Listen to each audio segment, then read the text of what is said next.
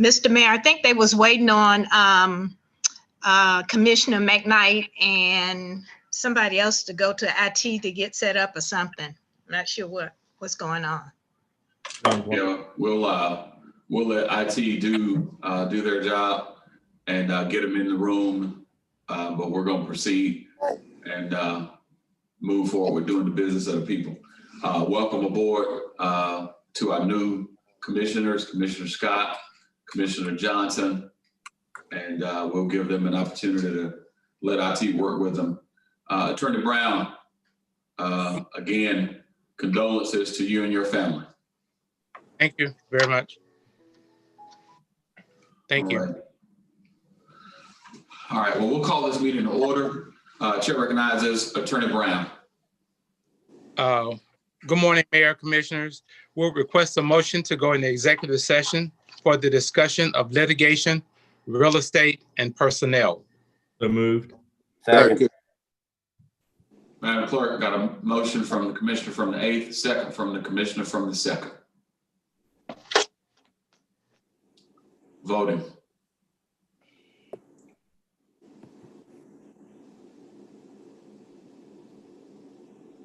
Ronnie, you're muted.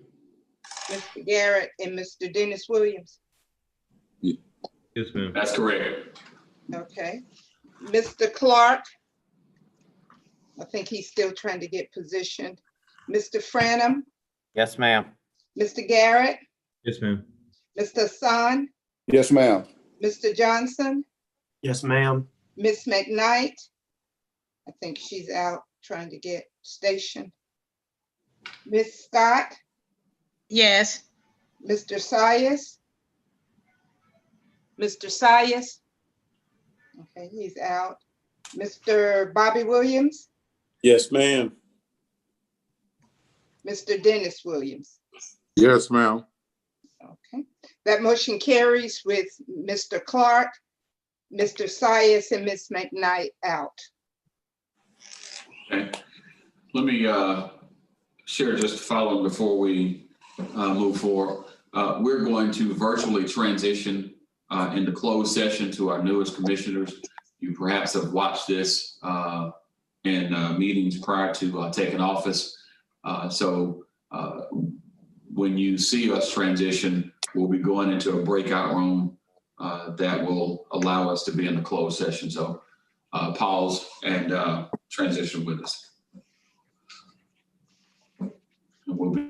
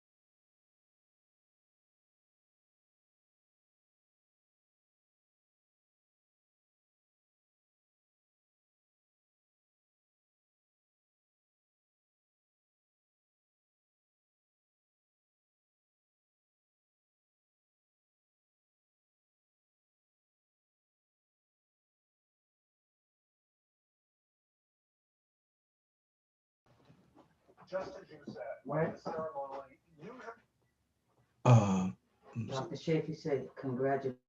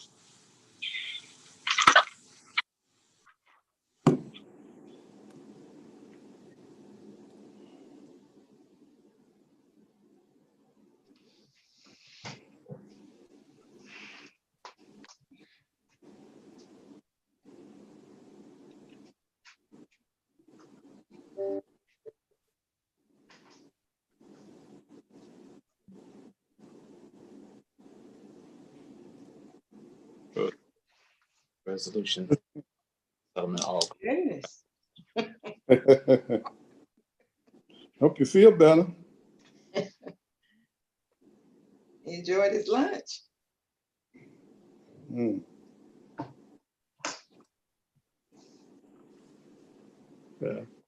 Ready to disperse the amount.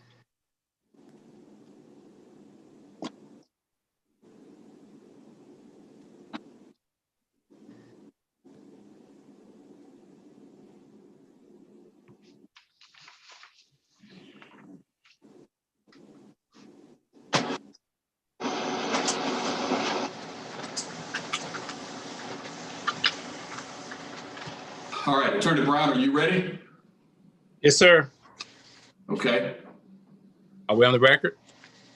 All right, we are back here and we're ready. Mayor, Mr. Mayor and Commissioner, request a motion to execute the closed meeting affidavit. So moved. Second. Commissioner from the 6th, Madam Clerk, with a second from the Commissioner from the 4th. Voting. Mr. Clark, Yes. Mr. Franum. Mr. Mayor, is Mr. Franum on?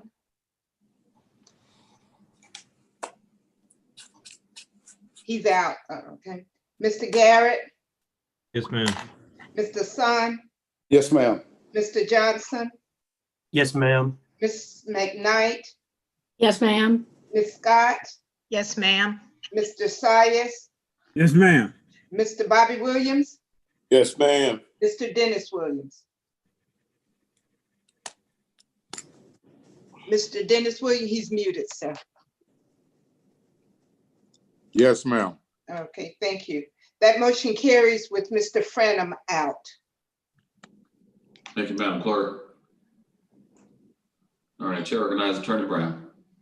Mr. Mayor, we will request a motion to approve a settlement and a resolution authorizing the settlement of all claims by Dixon in the aggregate amount of $3,000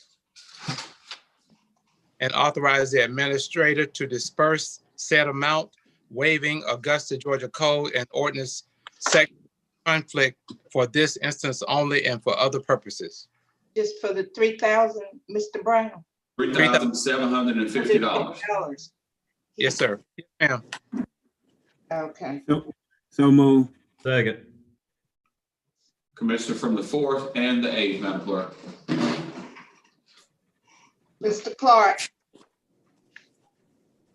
Mr. Clark. It's out. Mr. Franum. Mr. Garrett. Yes, ma'am. Mr. Sun. Yes, ma'am. Mr. Johnson. Yes, ma'am. Ms. McKnight. Yes, ma'am. Ms. Scott. Yes, ma'am. Mr. Sias. Yes, ma'am. Mr. Bobby Williams. Yes, ma'am. Mr. Dennis Williams. Yes, ma'am. Mr. Clark, are you voting? Yes. Thank you. That motion carries with Mr. Franum out. Thank you, Madam Clerk. To, again, our newest commissioners and those that are returning, if you would, as we conduct our meeting, remember to turn off all other sources. If you are streaming the commission meeting on YouTube or via Facebook, you will get an echo when we're meeting. So if you would, just make sure you turn those other sources off. Mr. Mayor, You all hear that? That's what you're hearing. That's the echo. can they turn the speakers off in the chambers? I'll take care of that. Thank you. All right. All right, Attorney Brown, Madam Clerk, I believe that's all the business before us for our special call meeting. And Yes, sir. with that, we are adjourned. We'll reconvene at 2 p.m. Ms. Bonner, Yes, sir. you have to forgive me if I answer immediately after Commissioner Son. I had got used to that. Now I've been dropped down 3 pegs, so Okay, so then. just in case I answer Out of turn. erroneously, Okay. I almost did say. So forgive me if I do. All right, well, we got you, sir. Don't let him fool you, Ms. Bond. That's a charmer that you're talking to. Well, he is. A good way. Creatures of habit we are. He didn't deny it, did That's his military background. he?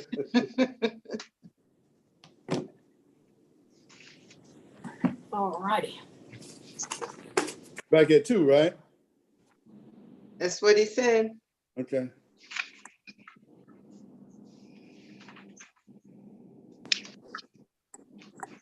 So you hit leave and leave, come back at 2. Leave the meeting. Commissioner Hassan, lunch on you.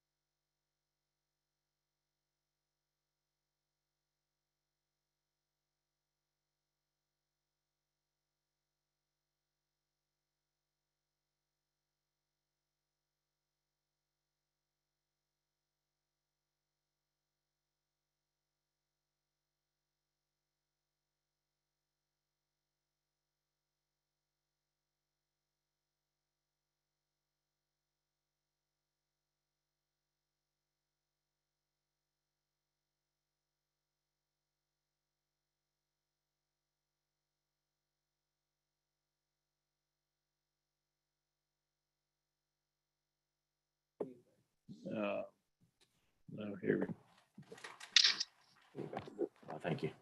Yeah, that's fine.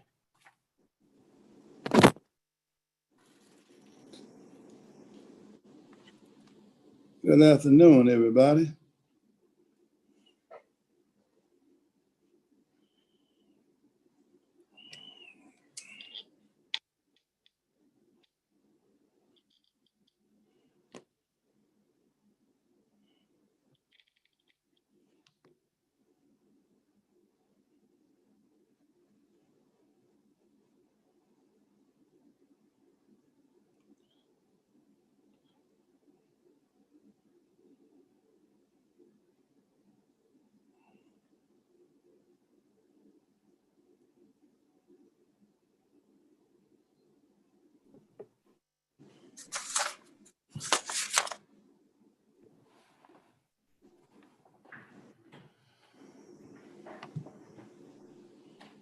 Congratulations, Sean.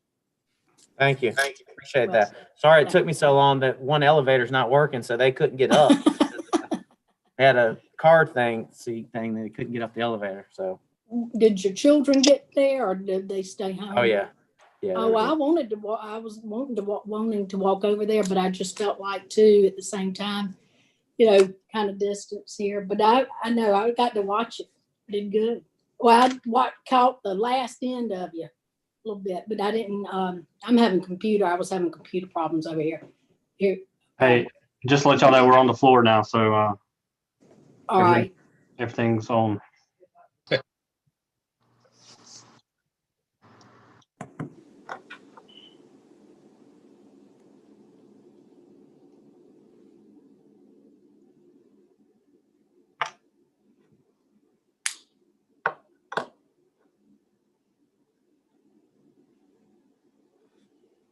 Ms. Mayor, we got an invocation. All right, I think we've got a quorum. The commissioner from the 7th has been sworn in, and he is returning. He's excited about this journey after having served 5.5 years. He held the title of Diaper Dandy, and then he relinquished that gracefully to the commissioner from the 8th. Believe it, I can pass that on again as well. Now it's the first. No, relax with that one. Johnson, he don't want that diaper dandy thing. That diaper thing gonna get. I'll pass. Although I will be dealing with a lot of diapers in about 3 months. So there is that. Well, it was fitting that you have that title, and you wear that belt well. And I'm confident that those of us who have grown children, some not gone, will gracefully let you keep that. You shouldn't be so kind, Mayor. Like some diapers ought to come with that though. The titles. I agree. Yeah. We are collecting diapers if anybody wants to contribute. All right, Madam Clerk, do we have the attorney with us? No, sir. Wayne's iPhone. He's on his iPhone. I'm not. Okay, Attorney Brown. He's muted here. Okay. Yes, sir. All right, we're ready to call this meeting to order. It is the first meeting of the year 2021, and we want to welcome our newest members of the Augusta Commission, the commissioner from the 3rd, Ms. Catherine Smith McKnight. Welcome. The commissioner from the Thank you. From the 1st, the gentleman from the 1st, Commissioner Jordan Johnson, and the commissioner from the 9th, Ms. Francine R. Scott. Welcome aboard.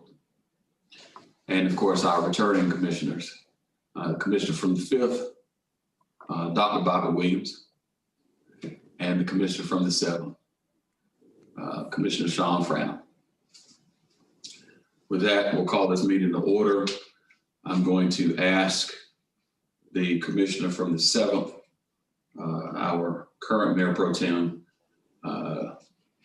Commissioner Sean Frown, if you would lead us, Madam Clerk, in our invocation and our pledge of allegiance, and then we'll proceed with our meeting. All right, if we can all bow our heads. Dear Lord, thank you for this day. Thank you for bringing us all together in this monumental day as a new state of Georgia and a new day here in Augusta, Georgia. We appreciate all that you've done for us. Please lead us in all of our decision makings and guide us as we start this new year. Bless the 3 new commissioners that have joined this team, and we look forward to a prosperous and great 2021. In Jesus' name we pray. Amen. Amen. If you could all please rise. Pledge allegiance. Allegiance to the flag of the United States of America and to the republic For which is stands one nation, under God, indivisible, with liberty and justice for all.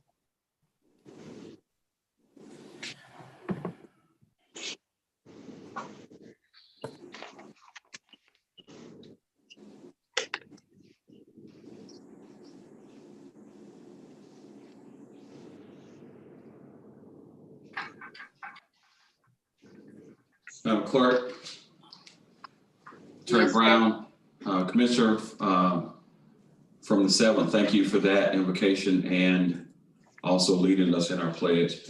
Madam Clerk, we're going to go to our recognitions. Let's do that now, and then we'll proceed to the election of our officers. Mr. Mayor, point of personal privilege, please. State inquiry. Yes, sir. I just got a text. I don't know whether it's legit or not. So they just rushed the Capitol. They just locked down the Capitol and rushed the Vice President. I don't know whether this is just DC or something going to happen throughout the country. Use caution. Because you Yeah, it is true. We're tracking it. We're tracking it now. And yes, it absolutely just happened. There's a lot going on right now in our nation's capital.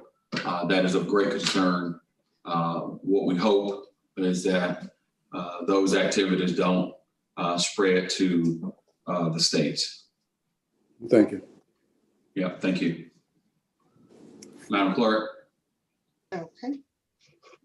Is Ms. Ruckert in the waiting room, sir? She is, Okay. and she's been brought in now. Okay.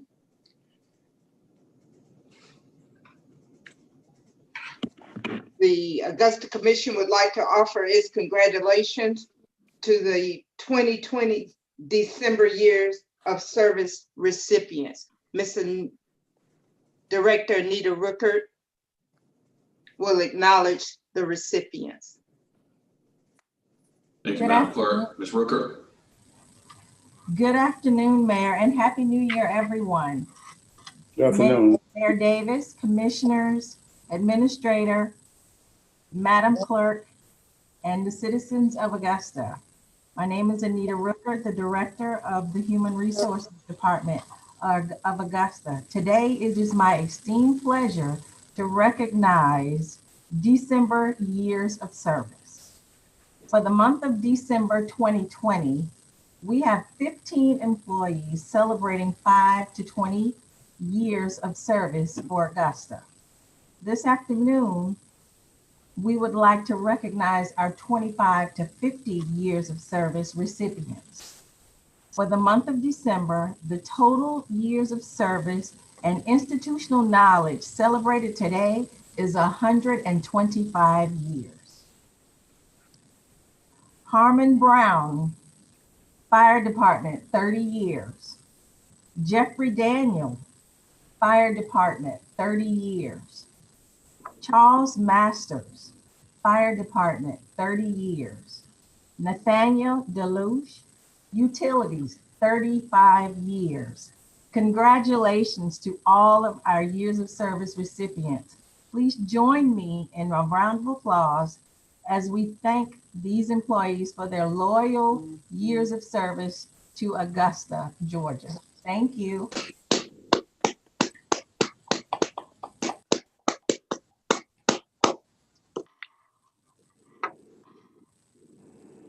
Thank you, Ms. Ruckert, and to all of our years of service recipients on today. Mr. Brown, Mr. Daniel, Mr. Masters, and Mr. Deloach. Thank you for your incredible service to the city of Augusta and all of her residents. The years of service that you provided to our city and her citizens, again, is what makes this a great place to live, to learn, to work, and to raise our families. And we commend you and appreciate you. Thank you very much. Madam Clerk, that takes us now to this next matter, and that is the election of officers. We have in front of us the Mayor Pro Tem and the appointment for standing committees. Okay. Are you opening the floor for nominations now, sir, or are you? All right, I'm going to open the floor for nominations. Chair recognizes Commissioner from the 4th, then the 6th. Thank you, sir. I'd like to take this opportunity to to nominate Commissioner Dennis Williams for Mayor Pro Tem. Commissioner from the 6th. Mayor, I'd like to take this opportunity to nominate Bobby Williams for Mayor Pro Tem. All right, are there any other nominations? All right, Chair will entertain a motion to close nominations. Move. So move. Second. Okay. All right, nominations are closed. Madam Clerk, we have 2 candidates for the position of Mayor Pro Tem. The Commissioner from the 2nd, Commissioner Dennis Williams, and the Commissioner from the 5th, Commissioner Bobby Williams. All right, we'll take a roll call vote in that order. Okay. This is for nomination of Commissioner Dennis Williams Yes. for Mayor Pro Tem. Mr. Clark, Abstain. Mr. Franum, Yes, ma'am. Mr. Garrett, No, ma'am. Mr. Hassan, No, ma'am. Mr. Johnson, Yes, ma'am. Ms. McKnight, Yes, ma'am. Ms. Scott, No, ma'am. Mr. Sias, Yes, ma'am. Mr. Bobby Williams. Mr. Bobby Williams? Commissioner. No, you ma'am. did- No, No. no. Okay, thank you. Mr. Dennis Williams? Yes, ma'am. The motion fails 5-4-1 with Mr. Garrett, Mr. Hassan, Ms. Scott, and Mr. Bobby Williams voting no.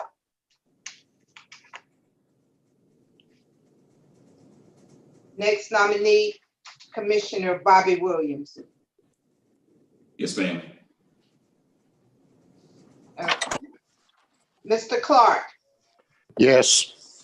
Mr. Franum, Yes, ma'am. Mr. Garrett, Yes, ma'am. Mr. Hassan, Yes, ma'am. Mr. Johnson, Yes, ma'am. Ms. McKnight, Yes, ma'am. Ms. Scott, Yes, ma'am. Mr. Sias, No, ma'am. Mr. Bobby Williams, Yes, ma'am. Mr. Dennis Williams. No, ma'am. That motion carries 8-2 with Mr. Sias and Mr. Dennis Williams voting no. Okay. All right.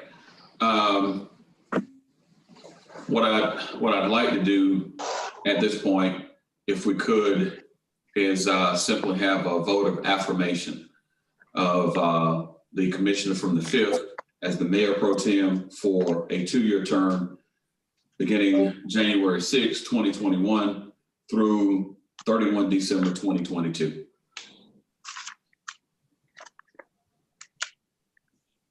Madam Clerk? Okay, we're voting. Yes. Mr. Clark. Mr. Clark, he's muted, sir. Can you? Mr. Clark, you're muted. Commissioner from the, let's come back to him. Okay, Mr. Franum, Yes, ma'am. Mr. Garrett, Yes, ma'am. Mr. Hassan, Yes, ma'am. Mr. Johnson, Yes, ma'am. Ms. McKnight, Yes, ma'am. Ms. Scott, Yes, ma'am. Mr. Sias, No, ma'am. Mr. Bobby Williams, Yes, ma'am. Mr. Dennis Williams, No, ma'am. Mr. Clark. Yes. Okay. All right.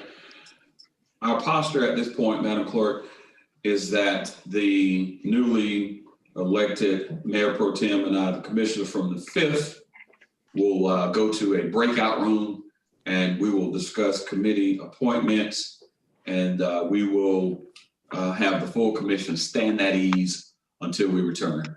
All right. Looks like the Commissioner from the 5th is in the building. Commissioner, you're in the building? I'm gonna walk down to your office if that's okay. Okay, that's fine. Come on down. All right, Commission will stand at ease for 15 minutes.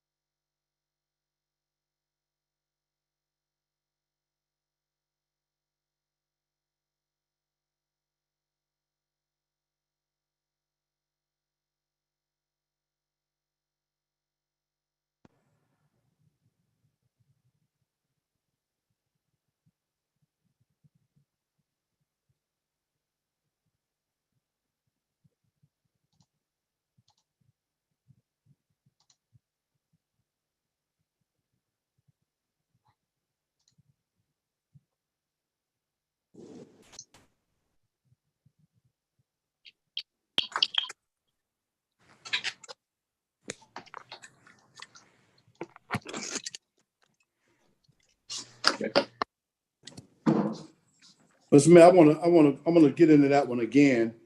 The conversation we just had. I'd like to get a legal opinion on that one. Can you hear me? I can hear you loud and clear. Yeah.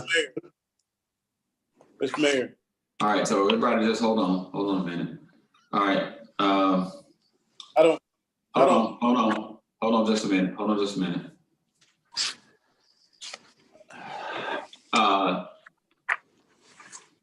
Everybody just hold on a minute.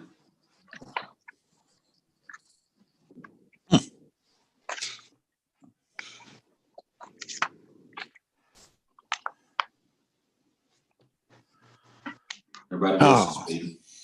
I get everybody to suspend.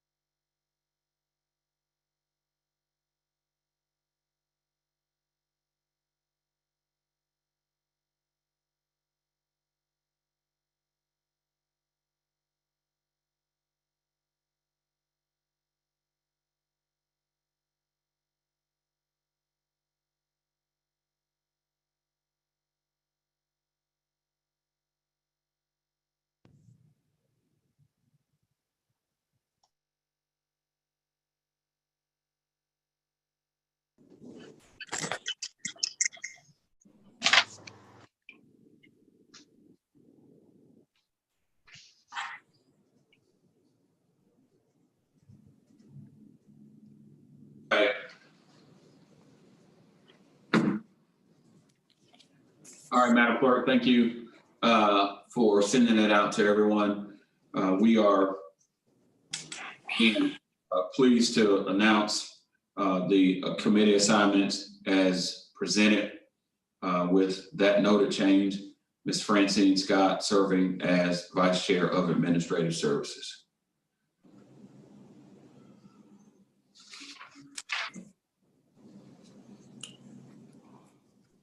To each of the committee chairs, vice chairs, and members of the committee, we look forward to working collaboratively together for the current term 2021-2022. And also looking forward to the good work that each of you will do on the associated external boards and authorities. All right, Madam Clerk. Yes, sir. Item B, appointment of standing committees. The mayor and Mayor Pro Tem offers the following committee assignments. Administrative Services Committee, Commissioner Ben Hassan, Chair. Commissioner Francine Scott, Vice Chair. Members, Commissioner Bobby Williams and Sean Frenham. Engineering Services Committee, Commissioner Brandon Garrett, Chair. Commissioner Ben Hassan, Vice Chair. Members, Jordan Johnson, Ms. Catherine McKnight. Public Safety Committee, Commissioner John Clark, Chair. Commissioner Dennis Williams, Vice Chair. Commissioners Bobby Williams, Brandon Garrett, members. Finance Committee, Commissioner Sammy Sayers, Chair. Commissioner Dennis Williams, Vice Chair. Commissioner Catherine McKnight and Commissioner Francine Scott, members. Public Services Committee, Commissioner Sean Frenham, Chair. Commissioner Jordan Johnson, Vice Chair. Commissioner John Clark, Commissioner Sammy Sayers, members. Ex officio members. Commissioner Sammy Sayers, Richmond County Board of Health. Commissioner Bobby Williams, Ben Hassan, Augusta Aviation Commission. Commissioner John Clark, General Aviation Commission.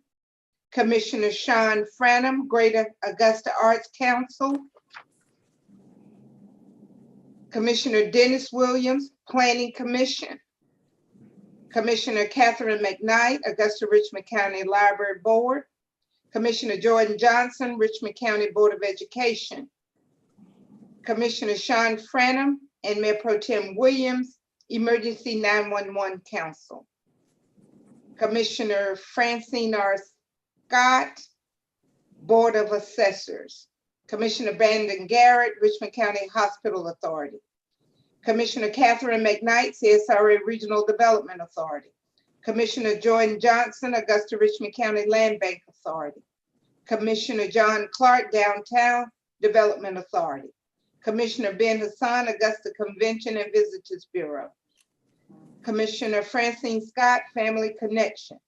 Commissioner Sammy Sayers, South Augusta Development Project. Commissioner Brandon Garrett, Serenity Behavioral Health.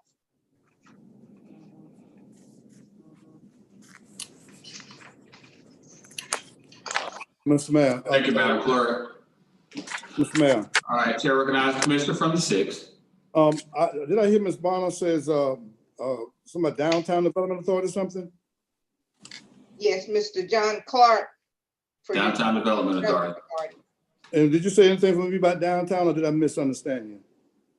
Yes, sir, you misunderstood. I think your appointments were to the Augusta Aviation Commission and to the Augusta Convention and Visitors Bureau.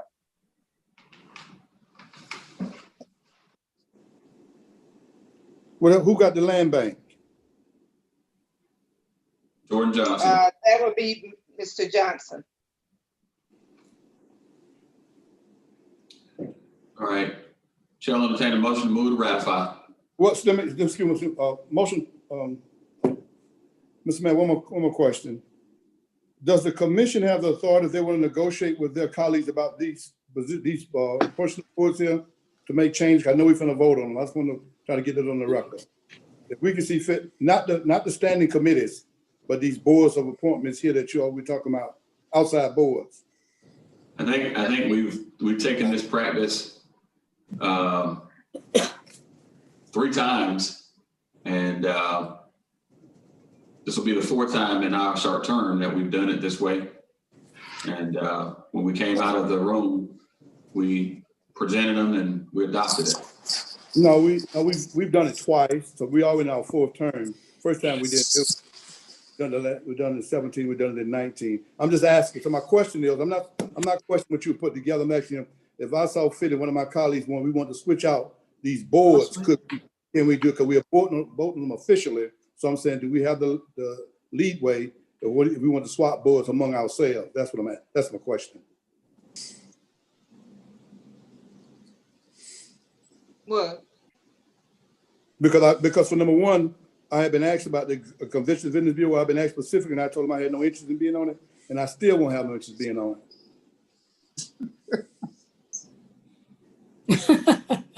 And so you won't have a representative. I don't plan to attend.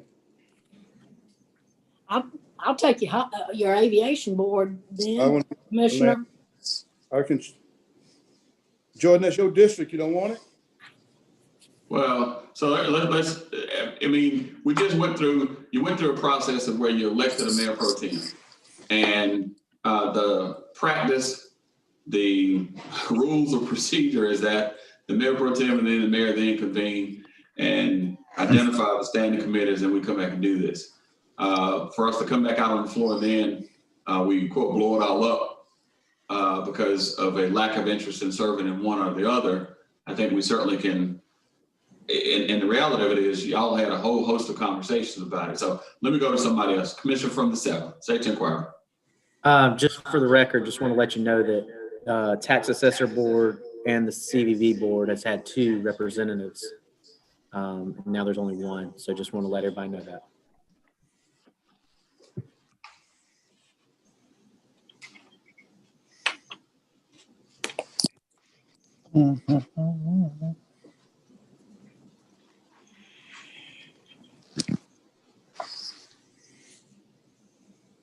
Okay.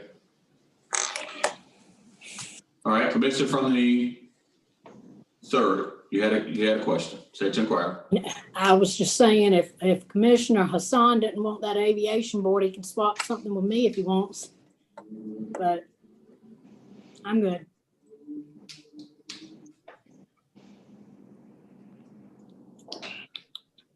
All right, motion to ratify. Motion to ratify.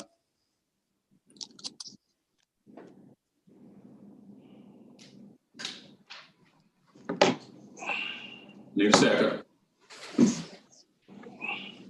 Second.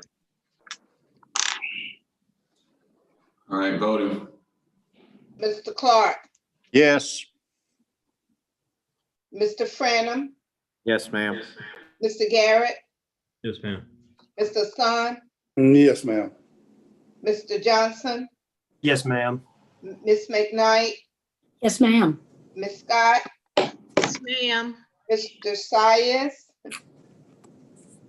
Mr. Sias. He's out. Mr. Bobby Williams, Yes, ma'am. Mr. Dennis Williams. No, ma'am. Is Mr. Sias back on? Okay, that motion carries with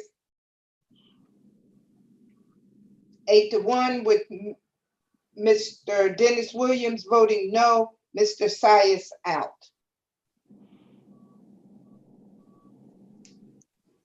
Thank you, Madam Clerk.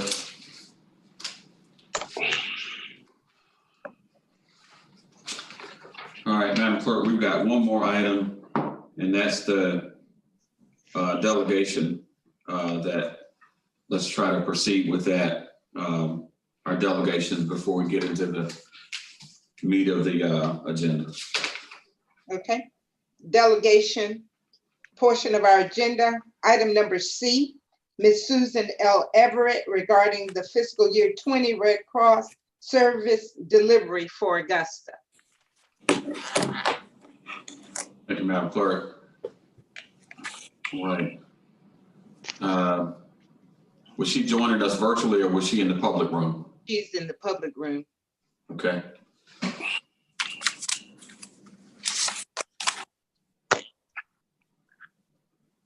She's not present. She's not present? No, sir. Okay. All right. We'll give her an opportunity to come back at a future meeting, Madam Clerk. Okay. All right. The next delegation, item D, Ms. Juanita Burney regarding the Richmond County Board of Tax Assessors member clarification of some issues. Okay. She's also in the public room? Yes, sir. She's at the podium now. Okay. Ms. McFarley? No, that's Ms. Burney right there. I don't see her. Okay. Okay. Ms. Burney, Yes, sir. good afternoon. Good afternoon. And if you'll state for the record your name, your address, and you have 5 minutes. My name is Juanita Burney, address 2208 Cadden Road, Augusta, Georgia, 30906. Good afternoon, and thank you for the opportunity to speak to you today. I want to acknowledge and thank our outgoing commissioners, Bill Fenoy, Mary Davis, and Marion Williams for their dedicated public service, and most specifically for their support that I have received from them as I render public service. I want to make it very clear that I am not the chairman of the BOA and I am not representing other board members, although some do share my thoughts. I am here in the capacity of an individual BOA member. I want to reaffirm that my commitment to public service did not start with my appointment to the BOA. It is long-standing and includes, but is not limited to, serving on 2 sparse citizen advisory committees, being past president of the library board, where I work with other former commissioners to get a new library built, and I served for 3 years on the Board of Equalization. Also be assured that we have a wonderful appraiser staff, that they're highly skilled, they're hardworking, they're team players. They navigated COVID fearlessly and professionally to get the job done. Our appraiser staff is top notch. I am here to say that 2 actions by some board members are not in keeping with acceptable personnel practices. These actions were: number 1, completion of a performance appraisal in glowing terms when the performance for the evaluation period had not been observed by the members. Number 2, a reorganization of the department at the wish of the outgoing department head. For 44 days, an old guard did things the way they wanted to do them, discussed this reorganization, and it did not involve the other 4 members of the board. This was not personnel issues as usual. A reorg was presented in a manner that rushed a vote. The record needs to be clear that I do not support the action. It is my stand, but it needs to be condemned. I can think of no other entity in which this action would have been allowed. Most major entities shut down authority once a resignation is tendered. The issue that I'm concerned with is precedent. What are we setting for the future as precedent? If we don't stand up for accepted professional practices, I'm not here to judge anyone because only God can do that. I'm not here to sink the ship, for I am on the ship. I'm a member of the crew. But if we say we are a progressive government, we cannot stay stuck in outdated actions. We must neutralize attitudes of superiority, entitlement, abuse of authority, that I can do anything I please when I want to mentality. Our citizens expect the best from us. How can we start a culture shift change? We must adhere to accepted doctrines, and this includes Robert's Rules of Order. We should formulate an internal operational policy document that assures equity of member participation. We must modernize our governance. Failure to tweak 20 to 30 years of old operational style is not growth, and it is not improvement. We must embark on a cultural change, not rubber stamp aberrant actions. Term limits need to be considered for the BOA. No one person should serve for 20 to 30 years. Too many qualified citizens stand ready to serve if given the opportunity to do so. 12 years should be maximum, and there is a rationale for this maximum. Care should be undertaken when appointing relatives of commissioners to boards.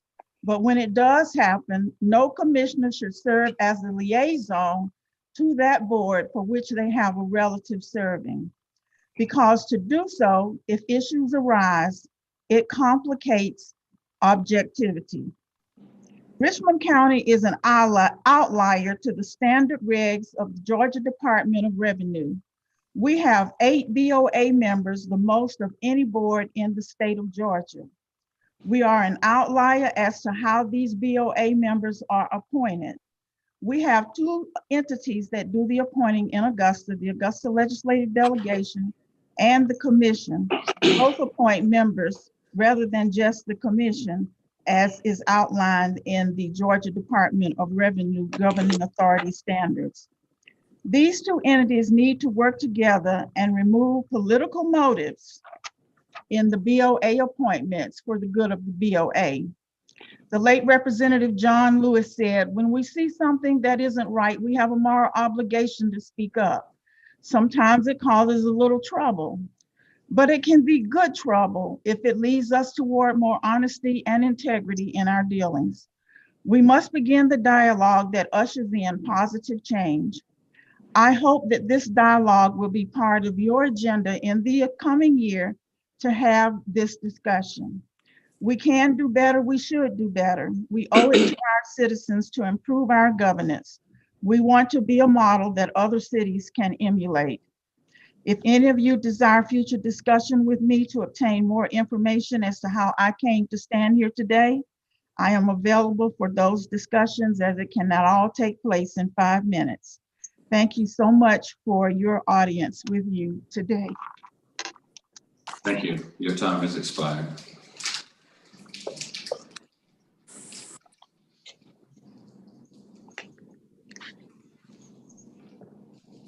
Clerk. Yes, sir. Our consent agenda. Our consent agenda on our printed agenda consists of items 1 through 4. Items 1 through 4. There has been an offer, Mr. Mayor, from members of the commission to add items number 7, items number 10,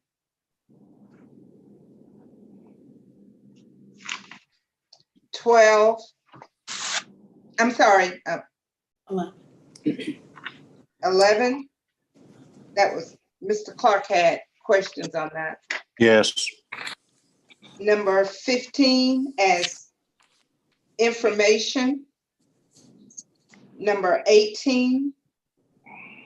Number 19. Number 21. 22. 23. 24. 25. 27. 28. Item number 29 is to be deferred to the January 19th meeting under consent. Item number 30 as a consent agenda.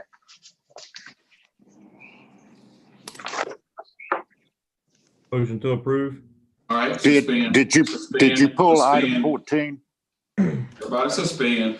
Wait to be recognized. Madam Clerk, included in that list of proposed consent items, I heard you withdraw number 11. You included number 10. Is that correct? Yes, sir. All right. I'd like to add number 12, 16, Mr. 17. Clark. Number 12, you saying 13? 12, 16, 12, 16, 17, and 31.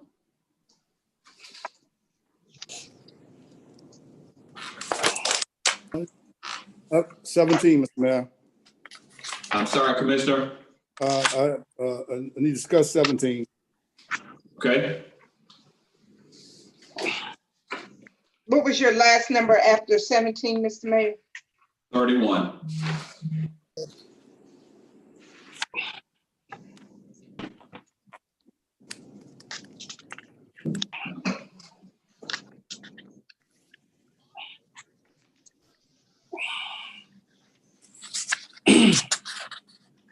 Mr. Mayor.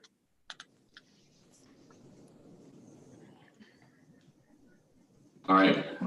Regarding number 31, 31 and number 8, quite frankly, are companion items. They really should be tied together in light of the broader discussion.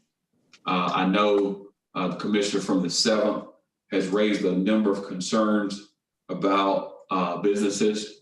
And I think that item number 31 as proposed provides us a unique opportunity to truly begin addressing some of the challenges around our small business community. That's the reason why I'm proposing 31 and 8 to be added to the consent agenda.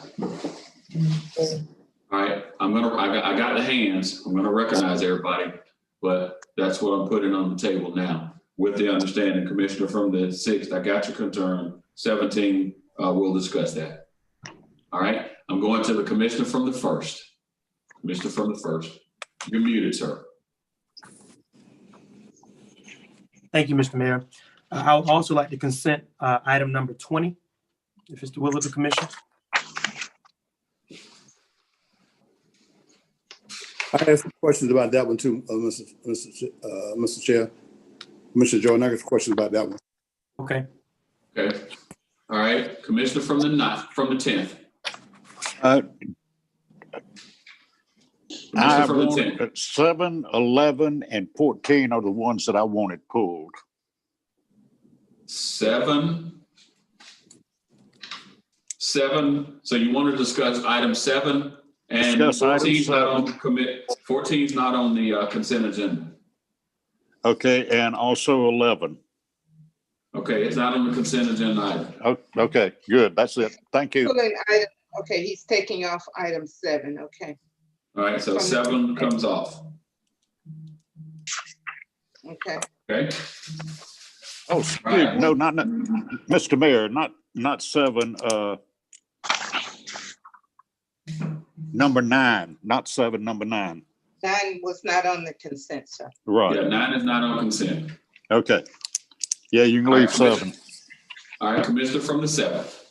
Mr. Mayor, I heard you about 8 and 31. My concern is that we got to vote separately. We can have the discussion, but one's waiving fees and then one's like a process. So. Okay, we can debate. We can certainly debate it. Okay, I'm okay with that. All right, so we'll take 8 and 31. We'll debate them, and I'd like to. We'll take them at the same time, and we can vote on them individually. All right, so Madam Clerk, as a recap. Hey, hold All right, on. hold on. All right, Chair recognizes Commissioner from the 4th. I want to pull number 1.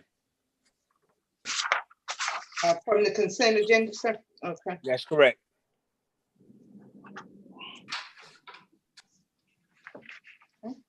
Okay.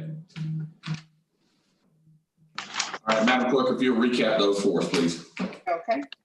Consent agenda, item number 2, 3, 4.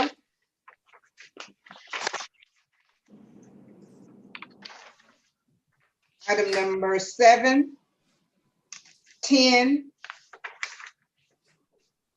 12, 13,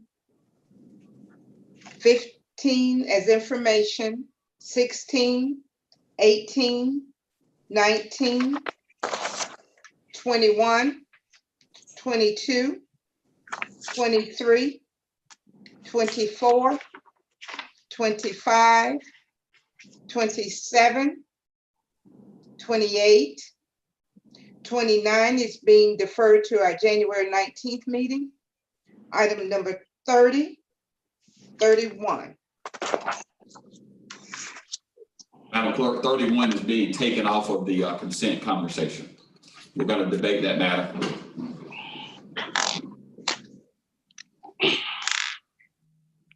Okay.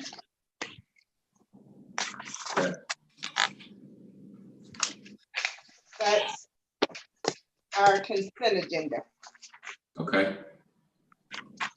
Chairman, all right, Commissioner from the 8th. Motion to approve. Thank you. Second. I need a second. Second. Mr. Franum, I think that was, sir. Second. Third. 4. Well, we got enough, sir. We're voting? Voting. Okay. Mr. Clark, Yes. Mr. Franum, Yes, ma'am. Mr. Garrett, Yes, ma'am. Mr. Son, Yes, ma'am. Mr. Johnson, Yes, ma'am. Ms. McKnight, Yes, ma'am. Ms. Scott, Yes, ma'am. Mr. Sias, Yes, ma'am. Mr. Bobby Williams, Yes, ma'am. Mr. Dennis Williams. Yes, ma'am. The consent agenda carries unanimously. All right, Madam Clerk, I'm gonna go off script a bit, and I'd like to take on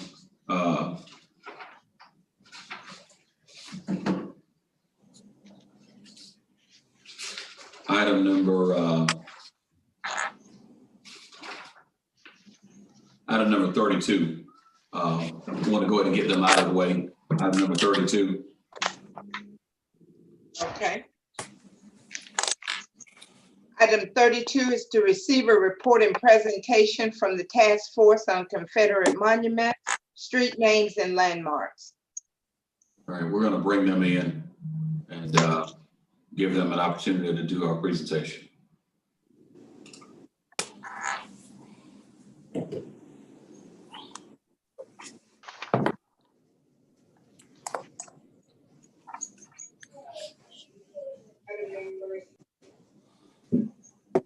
Joining us for this presentation are two of our task force members, Eric Montgomery and Corey Rogers.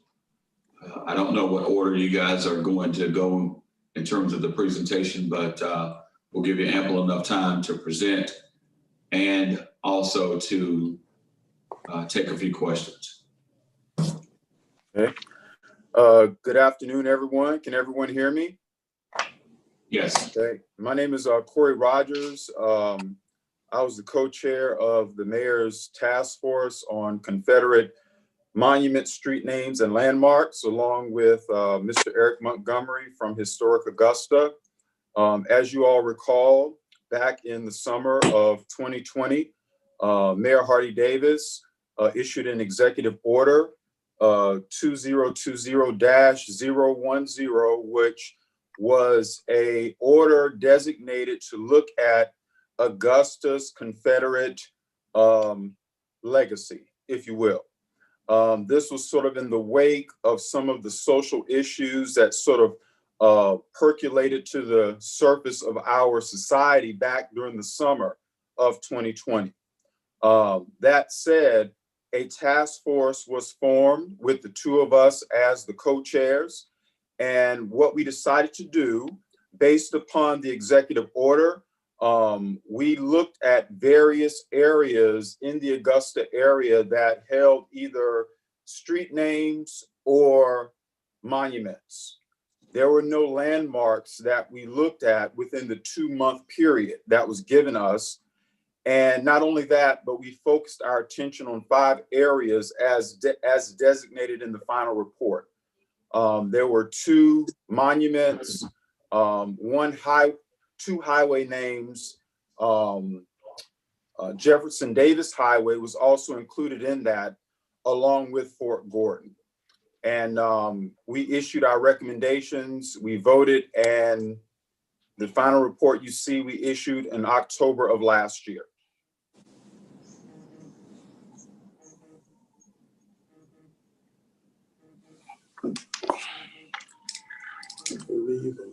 Eric, you're muted.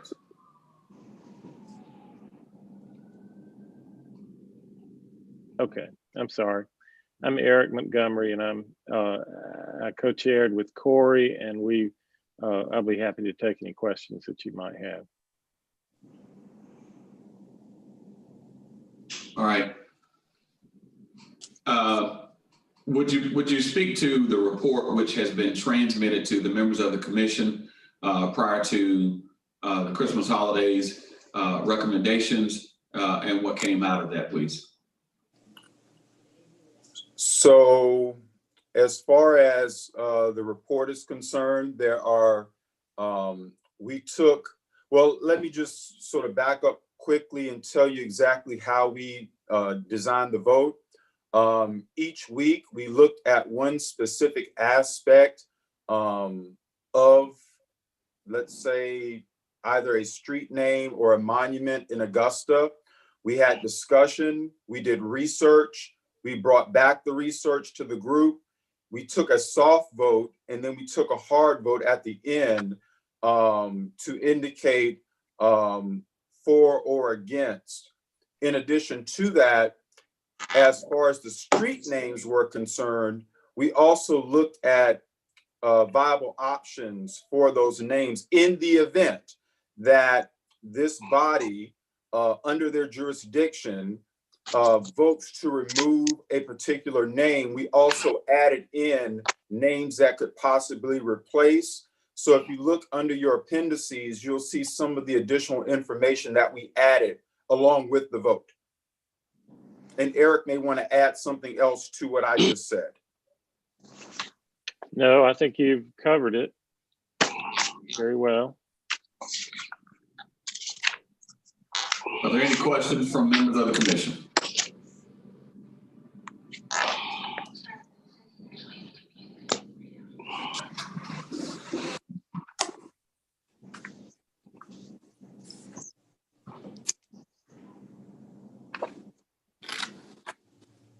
Okay. All right, to both of you and to the members of the task force, thank you for the work that you've done to bring us to this place with your report and your recommendations. We will look forward to convening a broader discussion with the community as it relates to the report as part of our next steps, and we'll receive today as information what you've shared with us, but do know that we will convene a series of conversations with the broader community, hopefully with members of the task force and our two co-chairs helping to lead those broader conversations in the community. Thank you, Mr. Mayor. Thank you. All right, thank you both.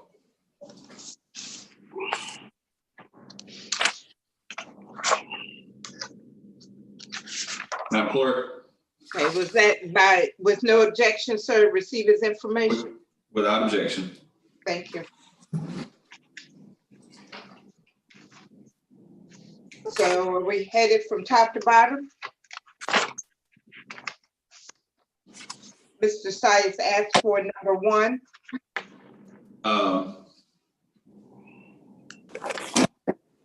Let's go to, let me deal with the following items first.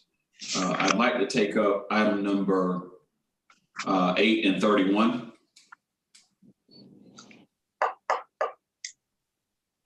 Okay. Item number 8 and 31. Item number 8 is a motion to waive 2021 alcohol license fees and associate fees to refund alcohol licenses that have been paid all or any portion of the 2021 alcohol license fees and associated fees, and to extend the expiration date for the 2020 alcohol licenses and associate licenses to December 31, 2021. Okay. Item And number 31 is, yes, ma'am. item number 31 is to approve a proposed HUD CARES Act 1 revisions and HUD CARES Act 3 new funding allocation. All right, I'm going to recognize a commissioner from the 7th and then Administrator Donald to speak to these items. Commissioner from the 7th. Thank you, Mr. Mayor.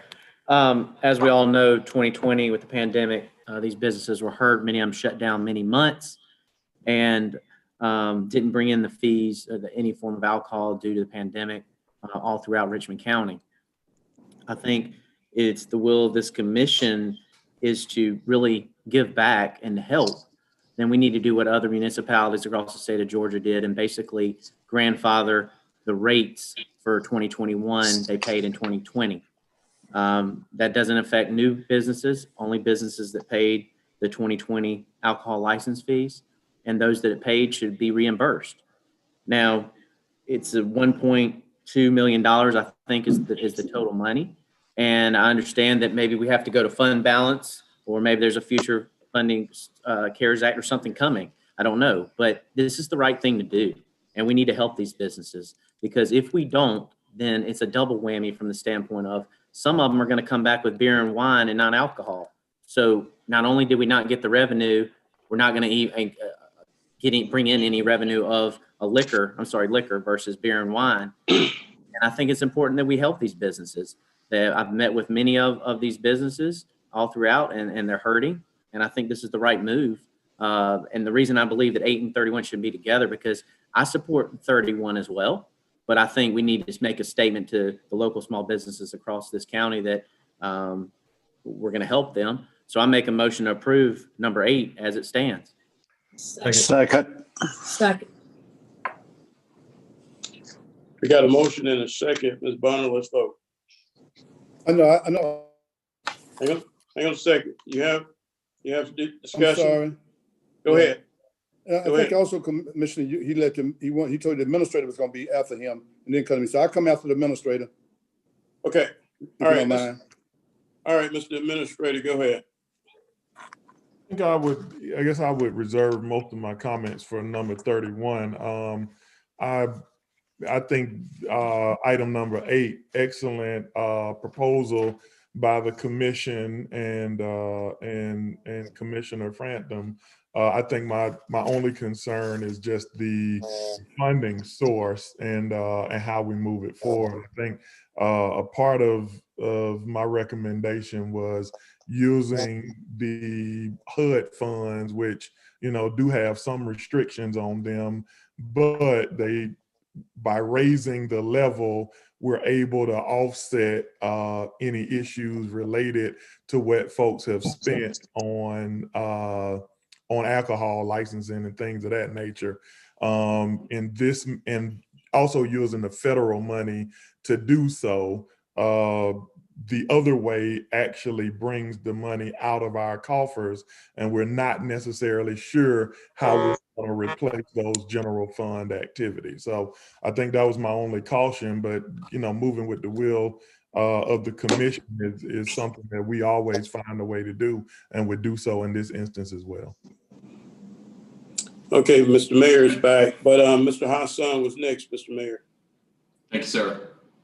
Yes, Mr. Mayor. Speaking to item number 8, you know, early on, prior to us approving the budget, I was full support of us taking action because I think we had $1.6 million sitting there of CARES fund, actually our money, the point that it comes back to us.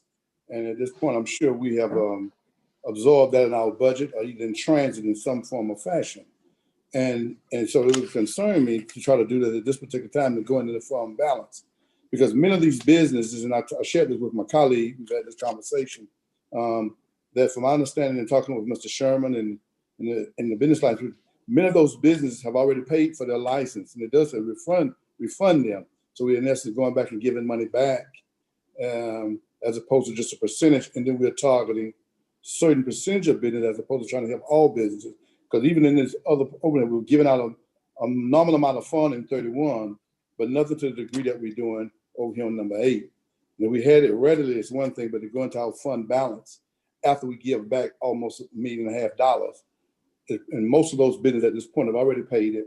You got about a handful of them is using the prorated process, but most of them have already purchased their license and everything, and they're good to go. You know, and so that's what would be my concern, to go into the fund balance for $1.5 million, especially now. I guess I could be a little bit more certain if we'd had the meeting yesterday, but as of the day, we probably was anticipating another stimulus package if everything would have happened with it. I don't know what we're going to do right about now, you know, especially, I mean, that creates another, think of when you bring that into play, you never know what's going to happen as a result of what we witnessed today in the Capitol. So I think to do that, we put ourselves at a great risk. To do that, to go into our fund balance. We not know what's going to happen, especially what we witnessed today. Mayor Pro Tem. Yes, sir. Go ahead, sir. Mr. Franham had a motion on the floor with a second to approve 8. Okay. All right. Voting. Mr. Clark, Yes. Mr. Franham, Yes, ma'am. Mr. Garrett, Yes, ma'am. Mr. Hassan, No, ma'am. Mr. Johnson, Yes, ma'am. Ms. McKnight, Yes, ma'am. Ms. Scott, Yes, ma'am. Mr. Sias, Yes, ma'am. Mr. Bobby Williams, Yes, ma'am. Mr. Dennis Williams. Yes. That motion carries with Mr. Hassan voting no. On number 8. All right, item number 31. Item 31 is the motion to approve proposed HUD CARES Act 1 revisions and HUD CARES Act 3 new funding allocation. Post-approval outcome includes a robust pandemic relief program highlighted. Chair will entertain a motion to approve. So moved. All right, Commissioner from the second with a second from the Commissioner from the first. Mayor, Mr. Abdal. Mayor, before you vote, just based on approving item 8, so you're not doing duplication, I would ask to alter it just where in the highlighted areas where it's talking about approving alcohol fees be paid quarterly and the implementation of a 30/30 tax fee deferral program, you would actually be able to remove those items because you are now waiving their fees. So those things are not required. So I would simply just ask that if there is a motion to approve, that it be approved with the removal of 5 and 6. 5 and 6. I would amend my motion to indicate 5 and 6. To remove 5 and 6. Okay. Really cool. 5 and 6. All right. Chair recognizes a commissioner from the 10th. Thank you, Mayor. Wouldn't that also include item 4, the waiving of penalties?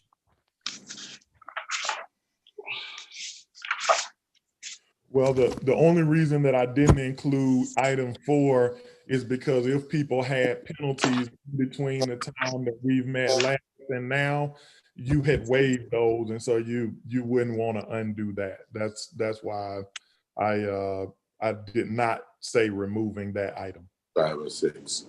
Okay, 5 and 6. I will go with 5. Are we voting, sir? Or Madam Clerk, just hold on a minute. We still got some more inquiry, but I think what the administrator is proposing is that it allows for equitable distribution of these resources. All right, Commissioner from the 8th, state your inquiry. Thank you, Mayor. And this question kind of goes along with the conversation we've been having with 8 and 31. You know, in conversations with a lot of the restaurant owners and small business owners during COVID last year, and, you know, even the ongoing crisis that we are in, the one thing that I've heard over and over again are the businesses that it could help weren't eligible because they had too many employees. So I guess my question is, before we approve this, is can we understand a little more, you know, how this award, you know, what will be the stipulations, what will be the conditions that businesses are eligible for this, and what would that look like? And, you know, I see here on number 2 where it's based on company size. How many employees are we talking? Yes, sir. And if you look at that memorandum, I've broken it down for each tier. So it'd be a total of $1.25 million. The first tier we expanded it from that 10 employees up to 20 and increased the eligible amount to 7,500. And those businesses who've already been recipients of the funding would still be able to go back and get the balance. So if they receive 5,000, they could go back and get up to 2,500 more because the pandemic has not gone away. And so we don't want to X them out. In addition to that, tier 2 actually takes us up to a business size of about 100 employees, and that dollar amount is up to 15,000. I think one piece to give insight to both the commission and the public, once I relayed this information to the commission, I also provided the same information to the business community, and I've actually had about 4 conference calls with different groups to be able to talk through the merits of it. And so they were all very pleased with both the company size and the award amount. And I think the biggest thing that they harped on, which is why we included it in here, is eliminating parts of the process that make it a long time for them to receive their award. Apparently, it's taken about 4 weeks for people on the front end to be able to access these funds through the process. This should make it about 10 days. And so we've also eliminated the multiple signatures. There's only a sole signature, and that is the mayor's, to ensure that it goes quickly. The other components stay intact, and they still have to check off the process, but we've resolved it for that single signature process. So the issues that have been brought forward to both the commission and my office have been satisfied through this proposal. That's fantastic news. Thank you. Thank you, Administrator. Yes, sir. Commissioner from the 6th. Yes, sir. Commissioner from the 6th. Thank State you. inquiry. Thank you, sir. Mr. Mayor, I'd like to ask the administrator. Mr. Administrator, who's actually looking at the applications and approving them? There's actually two sets of eyes. It's first our Housing and Community Development Agency staff, and then there is a, I guess, mayoral commission appointed group that actually does the final review, which is made up of business entities. And one of those we spoke with as well, which is the chamber. I think Ms. Sue Parr is their representative on that committee. So both staff for the technical piece and then the business community for, you know, validity and need. But you said about, did you say 4 weeks and stuff? What's the timeline? They said about a month. And a part of that was because of when we reviewed it over the last couple of weeks, it's the number of signatures. So you had the same people looking at it, then you had those folks come back and sign off on it. Then it goes through the administrator's office for signature, and then it goes to, I believe, legal, the clerk, and the mayor's office. Now, of course, legal and clerk still have to, you know, do their portion, but that's all involved in the mayoral signature. So those other signatures, there's a checklist that they already, once they complete that, it can go directly to signature. Commissioner Williams, Dennis Williams, will you, to the body, the deletions that the administrator suggested, can we also delete that second committee? If the Housing and Community Development, the resources coming from there, if they're going to approve it, the director signs off and forward to the mayor, and the mayor get it on out. We don't need both of those. I don't think both of those committees. That's another profile. If the Housing Authority, who best knows their regulation, let's remove one of those committees as well. Let's remove the committee downtown. I think that committee is a part of the requirement from HUD. That's true. Yeah, so remember, these are still HUD funds. So everything that's not required by HUD as a part of delivering this program, we remove. Both of them are required by HUD? Which one? So our signature, the CEO has to sign. In this case, that's the mayor. But there has to be a review process that includes this committee that y'all put in place. We've actually had a technical assistance call with DC Housing Authority, who's implementing a similar program. They're doing it the same way. We spoke with Fulton County and one additional entity. So I believe that that's their best practice and is a part of the HUD approved plan. I'm looking now to just make sure that we can alleviate that group. Give me 30 seconds to look at my notes. And I don't want you to remove something though that may be a HUD requirement, okay? If you don't mind. 1 second. Administrator Donald, while you're looking at that, I'd like to go ahead and vote on this matter. I think the questions that have been posed are certainly appropriate questions. What matters most is you've got an equitable process. You have looked for an opportunity to shorten how long it takes. That certainly has been one of my personal frustrations. We talked about this in March of last year, just trying to spend $1 million, and we haven't been successful doing that to this date. So let's vote on this matter with noted amendments. And then if there's an opportunity to shorten the process even further, I think administratively you can help navigate us to that place so that we're able to do that. But from a functional standpoint, we've got all of the requirements in place. We're meeting statutory regulations that are necessary for us to do what we're doing. Let's move on with this. Hold on, Mr. Mayor. I have a question. All right, Commissioner from the first. State inquiry. Thank you, Mr. Mayor. I could be missing something, but I want to say first off, this is a very bold move for the city to make, and I want to applaud everyone who had a hand in making this come to this body. A question about the distribution of funds for the rental and utility assistance program. Is the process that we're talking about the same for both the rental program and the small business relief program? No, is it sir. The same process?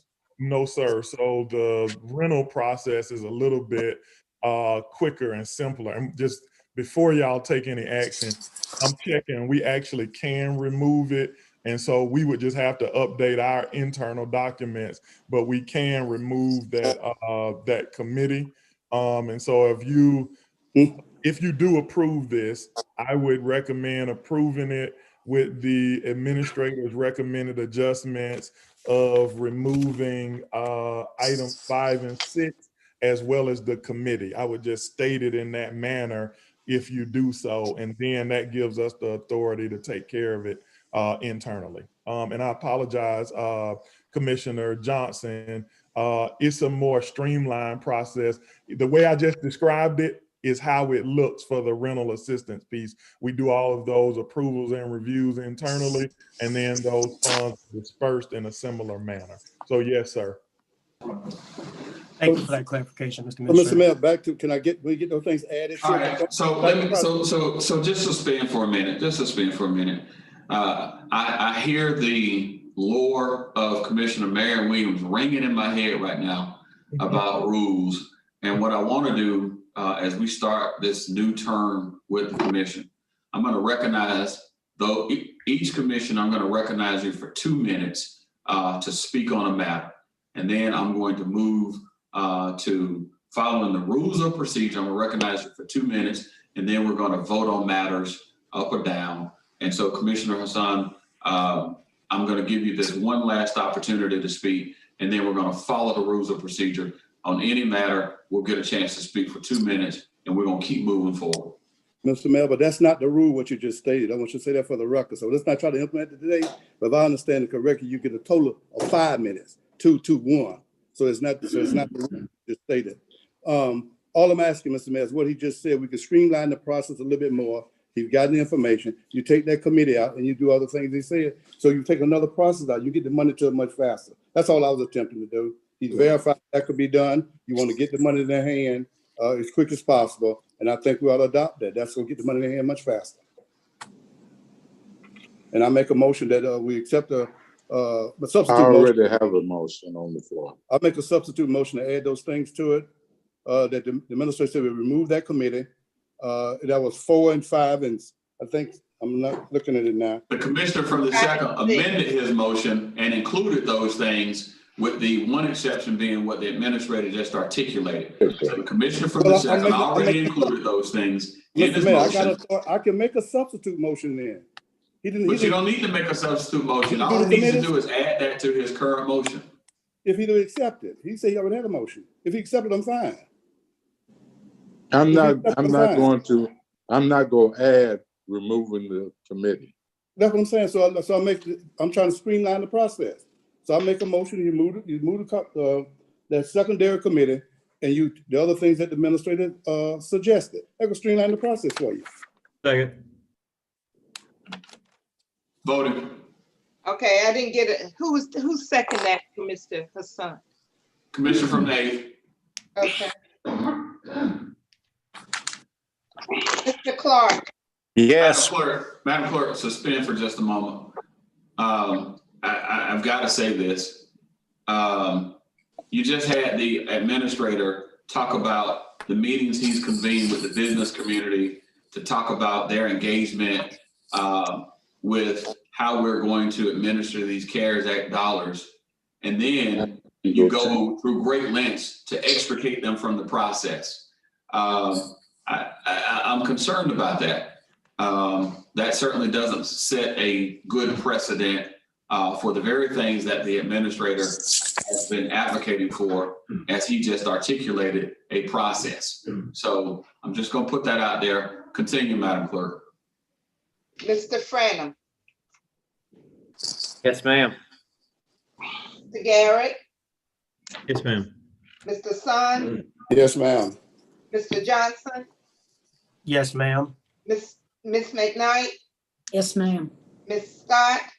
Yes, ma'am. Mr. Sias. Yes, ma'am. Mr. Bobby Williams. Yes, ma'am. Mr. Dennis Williams. No, ma'am. That motion carries with Mr. Dennis Williams voting no. All right, Madam Clerk, we're going to item number 17.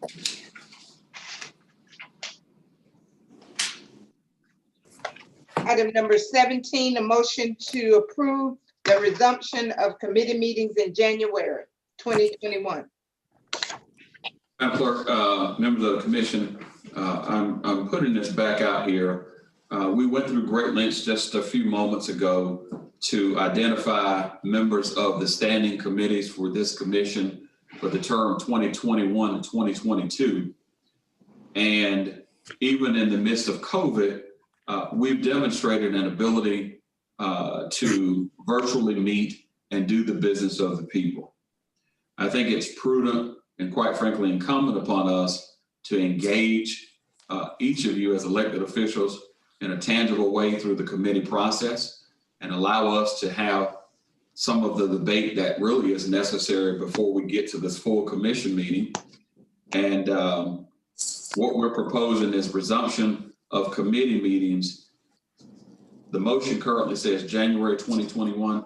What I'd like to offer, pursuant to my conversations with Administrator Donald, is for us to resume these committee meetings in the month of February, which gives staff and the administrator's office time to prepare for that process, and also gives our incoming commissioners an opportunity to be prepared as we step into that in the month of February, as opposed to January 2021. So the chair will entertain a motion to resume committee meetings effective February 2021. Mr. Mayor, I pulled the item. I'm not going to chance to address it. I hadn't even gotten You're to you asking for a yet. motion now. You're asking for a motion. I now. am. And I pull As you well know, that doesn't stop us from having continued debate about it. But normally, raise your hand and I'm going to recognize you, okay? You should have came All to right. me. Thank you very much. All right, chair recognizes the commissioner from the 6th. Thank you, Mr. Mayor. Mr. Mayor, for clarity, based on what you said, when you were saying to start back, are you saying in person or you're saying by Zoom? By virtual. Okay. We are currently meeting virtually because of the challenges of COVID-19. As you are fully well aware, you've been one of the staunchest proponents of us not meeting in person because of the high incidence of COVID cases that we see in the community, and more importantly, even with our own staff. And I think we're still at that place. Okay. Well, my motion would be, Mr. Mayor, if you don't mind, based on an email that the administrator sent us out, that on the 19th, he's going to make, he has a standing committee that is reviewing all the processes that he thinks should impact us and how we conduct ourselves as a government in the era of COVID, if I'm not mistaken. And with that, let them bring back a recommendation at a particular time. And if that date falls out that we move into February, then let it be February. Otherwise, would make us make a hard decision today because where we are right now, Mr. Mayor, you understand this thing better than most of us do, I would say, around this COVID. We're expecting now from the Christmas, from the New Year's, we may very well be in the middle of it, around the middle of this month or the first early part of February. So we make a hard decision today, we may have to reverse ourselves. So let's make it based on the conditions of what we get on the 19th to do that. And that's my motion. Let the administrator come back with their recommendations of what they see moving forward. And from there, we make that decision. Because I appreciate that, Commissioner from the 6th. I think in the administrator's memo that he sent out, he also acknowledged that we should continue meeting virtually. Congress is meeting virtually. Planning Commission here locally is meeting virtually. We have almost every board and authority that is meeting virtually. So that's not the concern. The concern is being able to resume the committee meetings and the committee process. That's the challenge. And so whether we're doing that in January, but now more importantly in February, gives everyone time to acclimate and be prepared to do that from a virtual standpoint. Well, Mr. Mayor, let me respond and I'll leave it alone. Give me 1 minute, please, if you don't mind. My concern around that, Mr. Mayor, and many of us don't realize what goes on behind the curtain to put this information together for us for the committee. We don't know the impact of the employees, their health, their well-being. We have no idea how many COVID cases that we have in this government. And so if any of those major players are down in that time, that could put us in a very bad situation. So we just want to be concerned about that moving forward, the staff, because it's easy for us to show up because we get here, our meal is prepared for all intents and purposes. but what we have to take into consideration is who's preparing the meal. That's all I'm saying. Yeah, I'm not sure how that applies, but okay. I know, Mr. Mathis. Yeah. So that's my motion, to let the administrator bring back to us, and from there we make a decision what we're going to based on his findings and where we are as a government.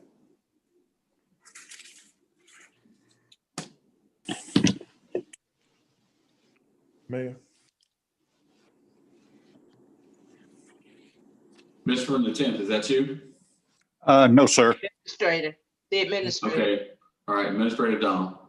Yeah, man, I think it sounds like y'all are actually kind of saying the same thing. You're right. We put together a working group to coordinate, guidelines and operational activities. But I think you're both saying you have concerns about moving from virtual to in person.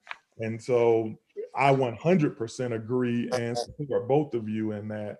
But I do think that you starting the committees up virtually, if that's what the will of the commission is, then we would find a way to support it. But I would say I would ask for you to wait until making a decision on any in-person meetings and guidelines until we bring something back to the commission, which is to happen on the 19th of January at your next meeting.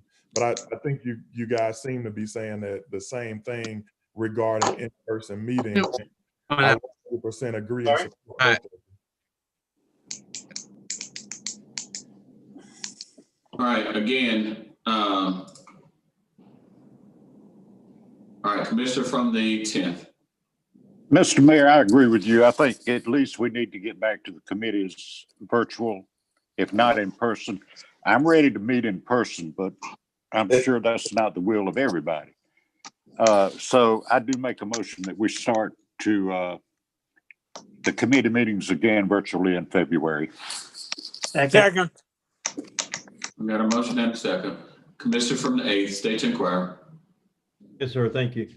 Just along the lines of this conversation, I just want to urge caution. I attended a funeral this week for a council member from the city of Hepzibah that died December 31st of COVID. We're expecting an increase from the holidays of COVID cases. Mayor, you as well know that in our area right now, we're running at about 101% ICU bed. And so really, I just want to urge caution about, at least coming back and meeting in person until February. I think, giving us one more month to kind of see how the holiday season plays out and see, let the vaccine get out in public, let the,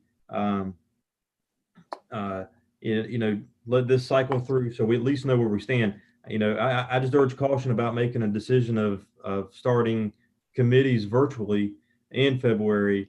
I agree with my colleague that we should wait until we hear the administrator's recommendations and just pick it. Move forward after that. Thank you. All right, we got a motion and a second, Madam Clerk, voting. Mr. Clark, Yes. Mr. Franum, Yes, ma'am. Mr. Garrett, Can you restate the motion, please? the motion is to approve the resumption of committee meetings in January. February. Virtually. Virtually, yeah, okay. No, ma'am. No for Mr. Garrett, okay. Mr. Hassan, No, ma'am. Mr. Johnson, Yes, ma'am. Ms. McKnight. Ma'am. I'm sorry, you said no, ma'am? Yes, ma'am. Okay. Ms. Scott, Yes, ma'am. Mr. Sias, Yes, ma'am. Mr. Bobby Williams, Yes, ma'am. Mr. Dennis Williams. Yes, ma'am. That motion carries with Mr. Garrett, Mr. Hassan, and Ms. McKnight voting no. Excuse me. Yes, Ronald. I voted yes.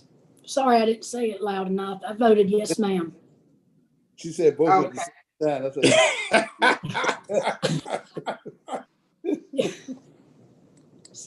Chair. Okay, Chair. that motion carries 8-2. Mr. Garrett and Mr. Sun voting no.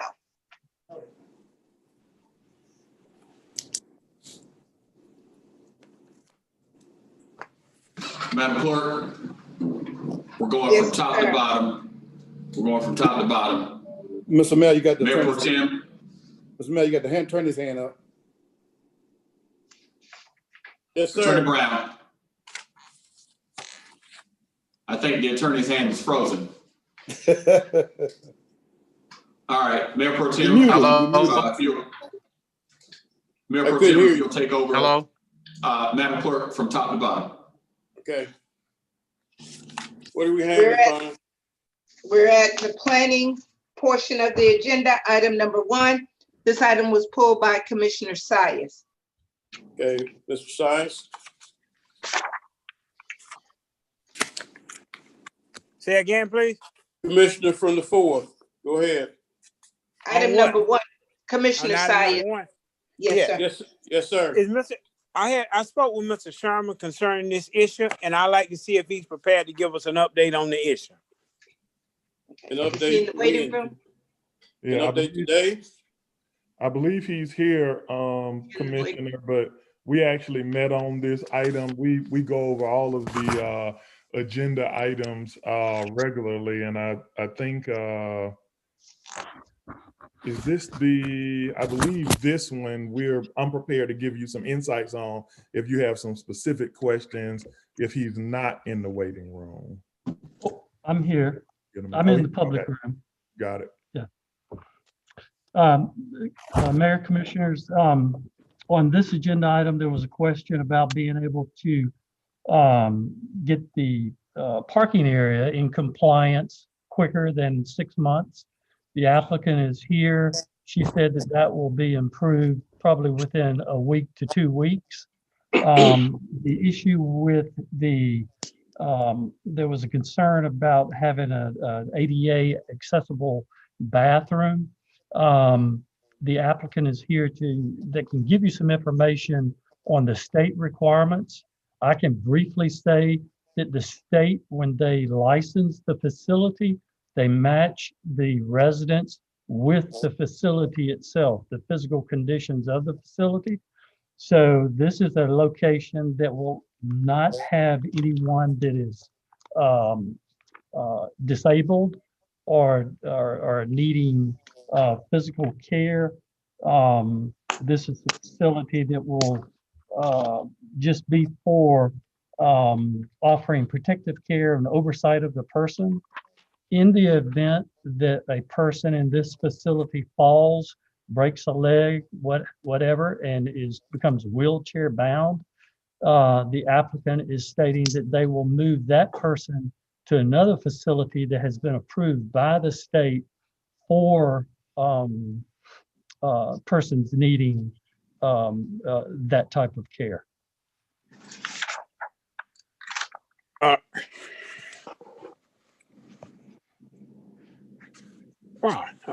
Okay, is it back to me?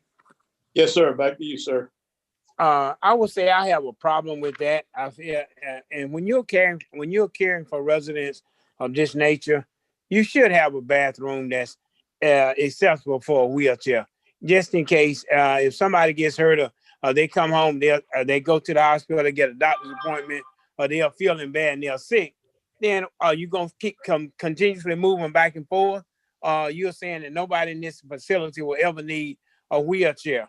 And I totally disagree with that. There should be at least one bathroom in that facility that can, because they're talking about getting up to 6 people. There should be at least one bathroom that's handicappable accessible for at least to get a wheelchair now.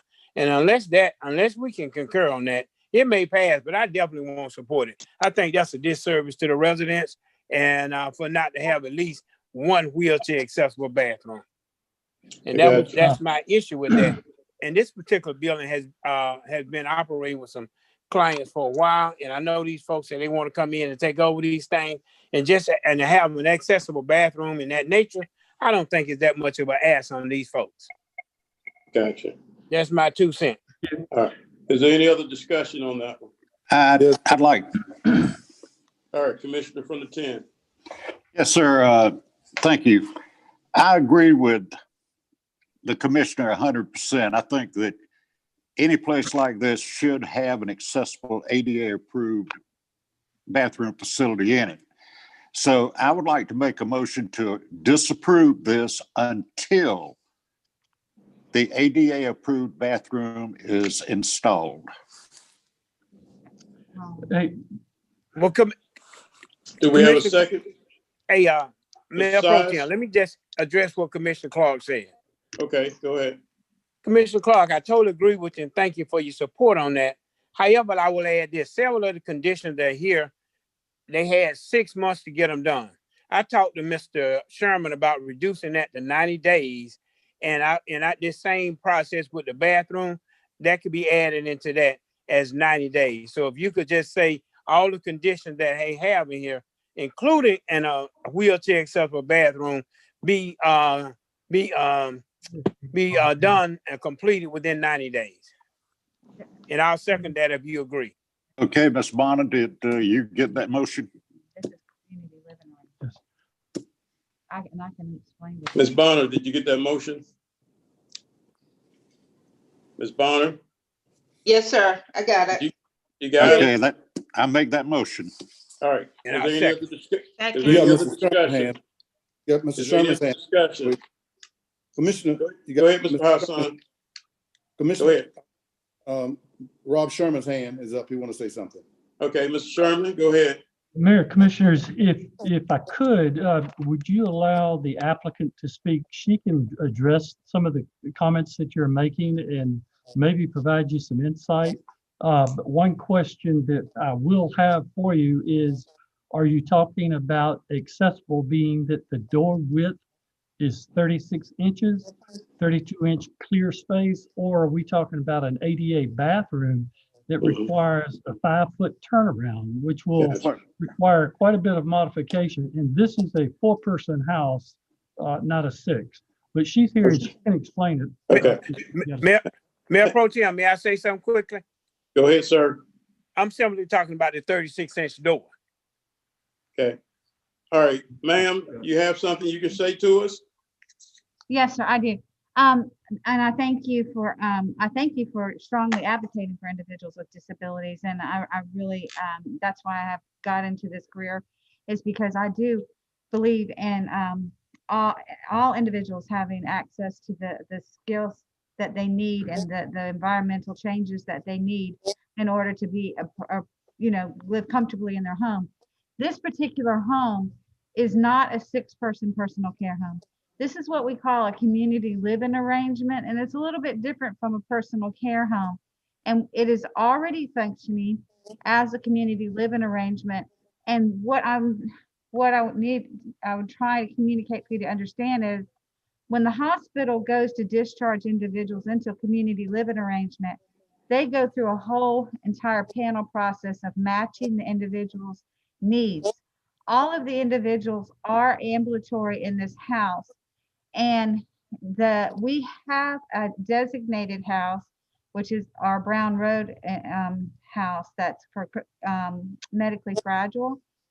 And with all of the other recommendations that you've made, we have been able to get those things done within weeks, not months, of what you suggested to us. And by all means, we want to make sure that everyone has everything that they need. We did, in this particular house, do some modifications to the hall bathroom so that it was no longer a step up where you, like it at one time had a tub where you would have to step over into the tub. That was modified so that now it's just like a walk-in shower type with a shower chair. So there were modifications made to that bathroom, but like I said, none of the individuals here in this particular location, which is a 4-person home and grandfather clause in, and they cannot, if there's a change in their medical condition, This particular home has to have, won't be able to be a 4-person home. It'll have to go to a 3-person home because it's only being grandfather claused in because it was a Gracewood home. And I hope that makes sense. I got, okay, thank you. Unless there's modification to the motion, Ms. Bonner, we're voting. Okay, Mr. Clark, Yes. Mr. Franum, Yes, ma'am. Mr. Garrett, Yes, ma'am. Mr. Son, Yes, ma'am. Mr. Johnson, Mr. Johnson, Muted. Yes, ma'am. Ms. McKnight, Yes, ma'am. Ms. Scott, Yes, ma'am. Mr. Sias, Yes, ma'am. Mr. Bobby Williams, Yes, ma'am. Mr. Dennis Williams. Yes. That motion carries unanimously. All right. Going to the next one, Ms. Bonner. Okay. That would be item number 5. Okay. I'll give you a call and you can go up and get your business. All right, Mr. Brandon Garrett, District 8, number 5. Or who pulled that one? Sherman. No, that's on the regular agenda. Mr. Sherman is going to address that. Okay, go ahead, Mr. Sherman. I'll read it to you. Z 2054, the Augusta Richmond County Planning Commission made no recommendation regarding a petition by Tracy Geeter requesting a special exception to bring an existing family daycare home into zoning conformance per section 83D and section 261F of the comprehensive zoning ordinance for Augusta, Georgia, affecting property containing 0.41 acres and located at 4004 Foreman Court. This was heard by the Planning Commission. The staff recommended denial to the Planning Commission for this daycare facility. The reason is it did not meet all of the guidelines that are stated in the zoning ordinance. Had it met all of the guidelines, it could have been approved administratively. We presented it to the Planning Commission because of a couple of the criteria, one in particular in the zoning ordinance. We could not recommend that it be approved. The Planning Commission was leaning, I will say, towards approving it, but they could not get there because of this issue. Since that meeting, and after gathering additional information, I and the Planning Commission staff can recommend that it be approved. And I can give you more detail if you are asking for it. Yeah. Mr. Garrett, would you want to make a recommendation on that one? Yes, sir. Thank you, Mayor Pro Tem. I'd like to address Director Sherman, please. Yes. Is this a home that is currently up and running now? That's my first question. Yes, actually, so to get a little bit further into it, the applicant had a special exception to have a daycare at another location in 2002. She moved to this address in 2003. The home in 2002 was state approved. She moved to this address in 2003. It became state approved at that time, and it has been state approved since that time. She did not come in and get a special exception for the daycare, nor did she get a business license, but the use has been there all along. There is a requirement that you have to meet that you cannot have a sex offender within 1,000 feet of the location. That became part of the zoning ordinance in 2008. Now, she had been operating since 2003 with a state permit. 2008, it became a state it became part of our ordinance requirement. A sex offender moved into the neighborhood in 2013. The state also has a requirement that a sex offender cannot live within 1,000 feet of a daycare, but they depend on. Did she ever get a business permit? She did not. But what happened is she oversaw it. The state began checking 2 years ago when they renew their state license to determine if you have a business license. That's when it came about that she realized she didn't have a business license, that she couldn't just transfer. She just couldn't move there without complying. She came in, code enforcement has inspected it. We've been in touch with the sheriff's office. They have no issues.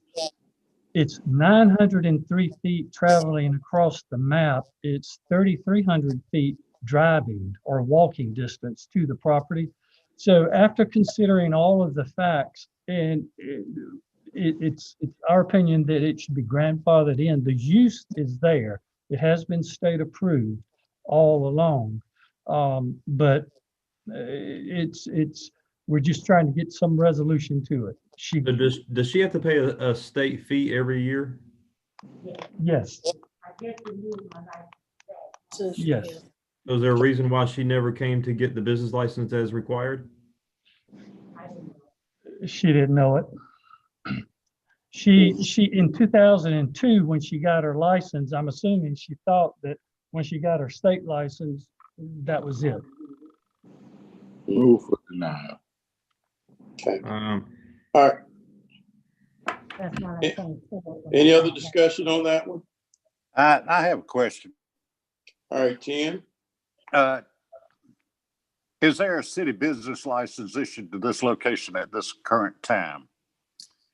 No. No, and no, so that's because of this. We have to get the zoning in compliance before we can issue the business license. I just was on the state license. Okay. Mayor Pro Tem. Yes, sir. Go ahead, sir. Thank you, Mayor Pro Tem. Mr. Sherman, you said one of the issues that you mentioned was that the home was not in regulation where its proximity to close to a sex offender. Is that That's the correct. biggest issue that we're looking at this moment? That's the only issue. It's no issues with the state. Code enforcement has inspected the property. There are no issues with code enforcement. The sheriff's department has not had any issues. To answer the question. And the business license is pretty much been held up because this issue hasn't been solved. Is that what you said? Is that what the understanding is? That's correct. Okay. Thank you, Mayor Pro Tem. All right. Anyone else? Yeah, just one quick comment, Mayor Pro Tem. Hang on a second. All right, go I ahead. have another. All right, I'll come back to you. Come on, Mr. Size. All right, thank you. I want to say this to Mr. Sherman and to the applicant.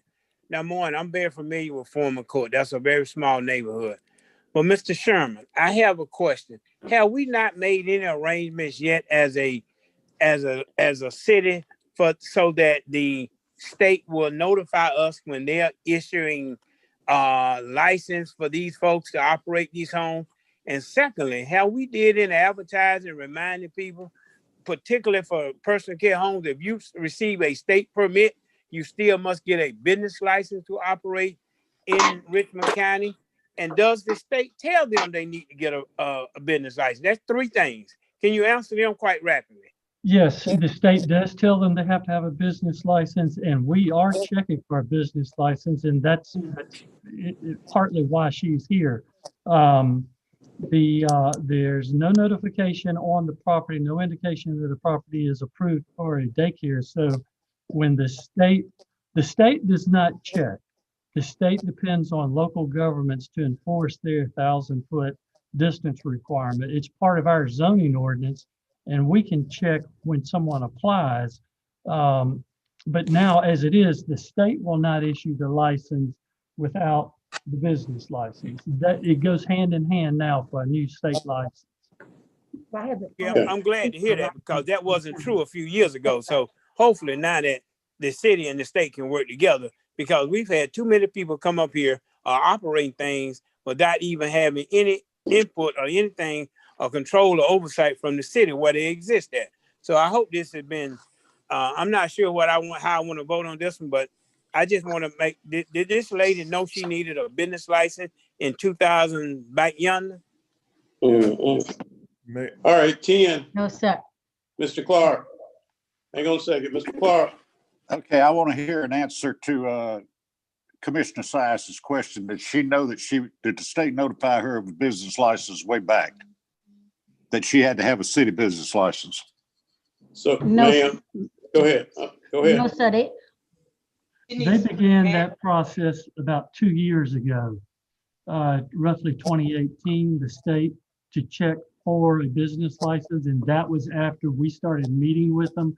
We realized that we had some issues where similar to this, where we had some problems. And that's when the state started requiring that. Okay. Okay, I would like to make this statement. Ma'am, it is certainly not your fault that a sex offender moved in your proximity. I don't think that you should be penalized about that. I think they should make the offender be penalized and moved elsewhere.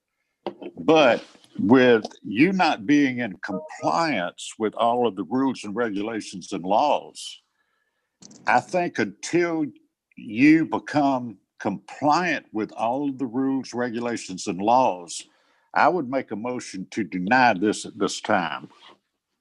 Second. I'm make substitute motion. Who's that second? I'm sorry. Was that Ms. Second. Scott? I think that was Mr. Garrett that made the second. Oh. Can I say? All right, Mr. Hobson. Yes, sir. Well, Go ahead. Mr. Sherman. Yes. Mr. Sherman, based on my colleague's conversation with Commissioner Johnson, when you first came out of the gate, meaning when you first spoke to us, you were saying that your body, the planner was recommending deny this. So this was strictly while you all was trying to make a decision about the sex offender who had moved in near to her business. Is that correct? That's correct. Okay, so from there, you all discerned that, well, she had been in the longer, so she's grandfathered in, so she shouldn't be here by those standards. And so as a result of that, you're recommending that we approve it. Are we correct on that? Yeah, that's correct. So when we started looking at the guidelines, if she had met them all, it could have been administratively approved. She didn't meet it. So we had to recommend denial because that's part of the ordinance. Okay. We looked at it, we continued to look at it. We found that he actually moved, the person moved into the neighborhood in 2013, 10 years after she had been there. Right. Not that she was correct in operating, but, and it's been in existence since '03. And just trying to rationalize it, it just seems that it is the right thing to do. She will be in compliance with everything if the zoning, if this is approved, that the offender, where the distance on the map, a straight line, it's 903 feet. And that's going through backyards, across a railroad track, another backyard, 2 more backyards to get to the location. If you travel it on the street, it's 3,300 feet. It's over a half a mile.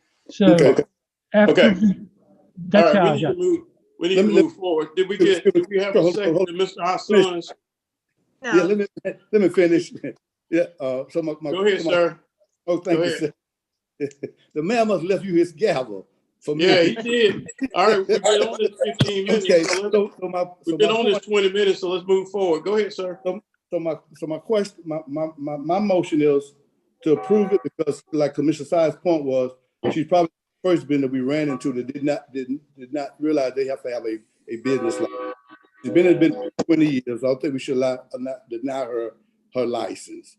She know moving forward. So I think at this point I make a substitute motion to approve. Second that motion. All right, Ms. Bond, we're going to vote on the substitute motion. Ms. Bond, can I hear the substitute motion again, please? Substitute motion is to approve the recommendation regarding petition requesting a special exception to bring in existing family home daycare into zoning conformance. To approve. All right, so let's vote, Ms. Bond. Mr. Clark. No. Mr. Franham. Yes, ma'am. Mr. Garrett. No. Mr. Son. Yes, ma'am. Mr. Johnson. Yes, ma'am. Ms. McKnight. No. Ms. Scott. No. Mr. Sias. No, ma'am. Mr. Bobby Williams. Yes, ma'am. Mr. Dennis Williams. No. That motion fails. With Mr. Clark, Mr. Garrett, Ms. McKnight, Ms. Scott, Mr. Sias, and Mr. Dennis Williams voting no. Okay, let's vote on the original motion, Ms. Bonner. Mayor Pro Tem. Hang on a second. Go ahead, Administrator. I'm sorry to interrupt, and I know there's been some robust conversation on this, but I wanted to give a little bit more crystal clear clarity before you vote. After meeting with Director Sherman and kind of fleshing this out in great detail, I think the reason why staff is recommending approval is because of the gaps in notification for this specific issue. The state early on was not doing any reviews and not providing information. Augusta, Richmond County, while we were providing some information, this young lady had not been contacted in between that time period when her business was fully in compliance until it changed locations in 2003. Since that time, every single portion of her compliance has remained in place with the exception of this business license. And once she was informed of needing the business license, et cetera, it was brought forward in this manner. A big portion of that is the gap in notification from the state, which we had no control over. Once we influenced the state to actually start enforcing our rules and regulations, activities like this has come to our attention. I think staff is recommending approval because we would not want to provide that penalty when staff and the state are partially updating our records and the way we notify to bring these folks into compliance. And so they believe that this particular instance really is something where others have dropped the ball and not the applicant. And so that's why the recommendation is being brought forward for approval. I got you. But the motion on the floor is for denial. Correct. So Ms. Bonner, let's proceed with the vote.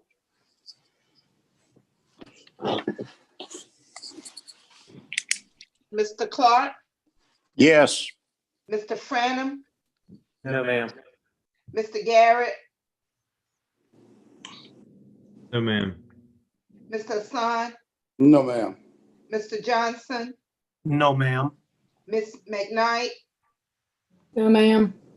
Ms. Scott, No, ma'am. Mr. Sias, We're gonna give her a chance, and in the rest of them in the future better comply. So my answer will be no, ma'am.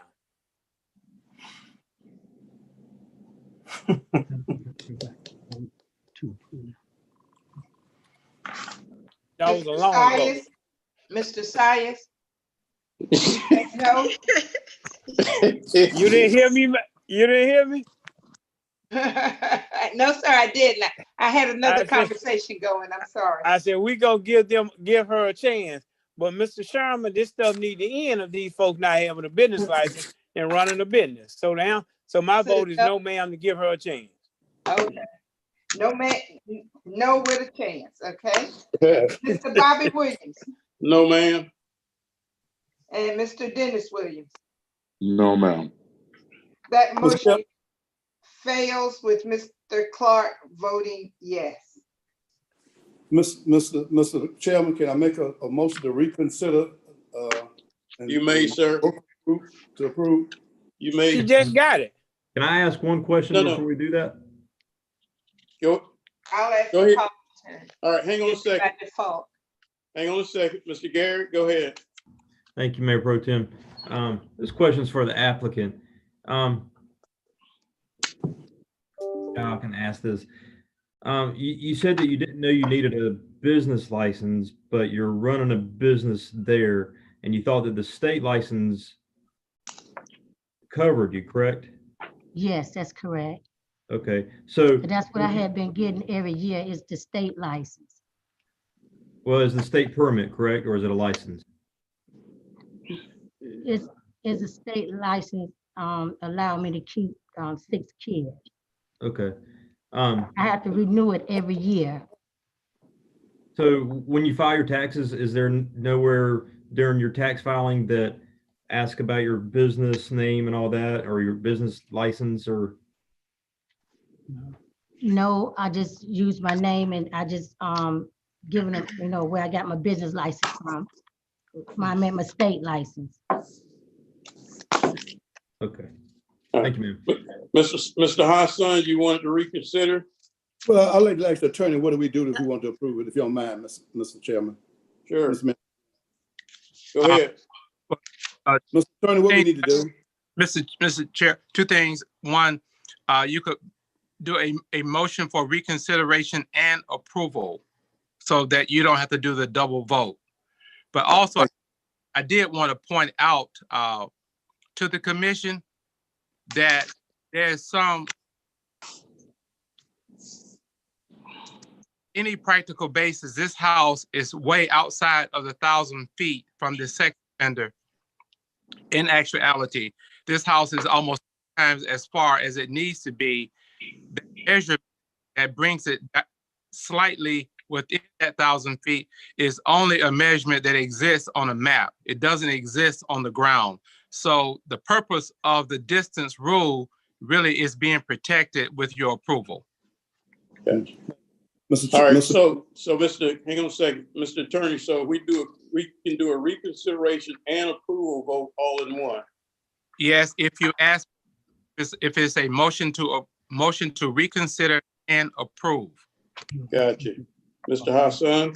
I'd like to make a motion to reconsider and approve as the planning director recommended. Second motion. Voting, Ms. Bonner. Mr. Clark, No. Mr. Franum, Yes, ma'am. Mr. Garrett.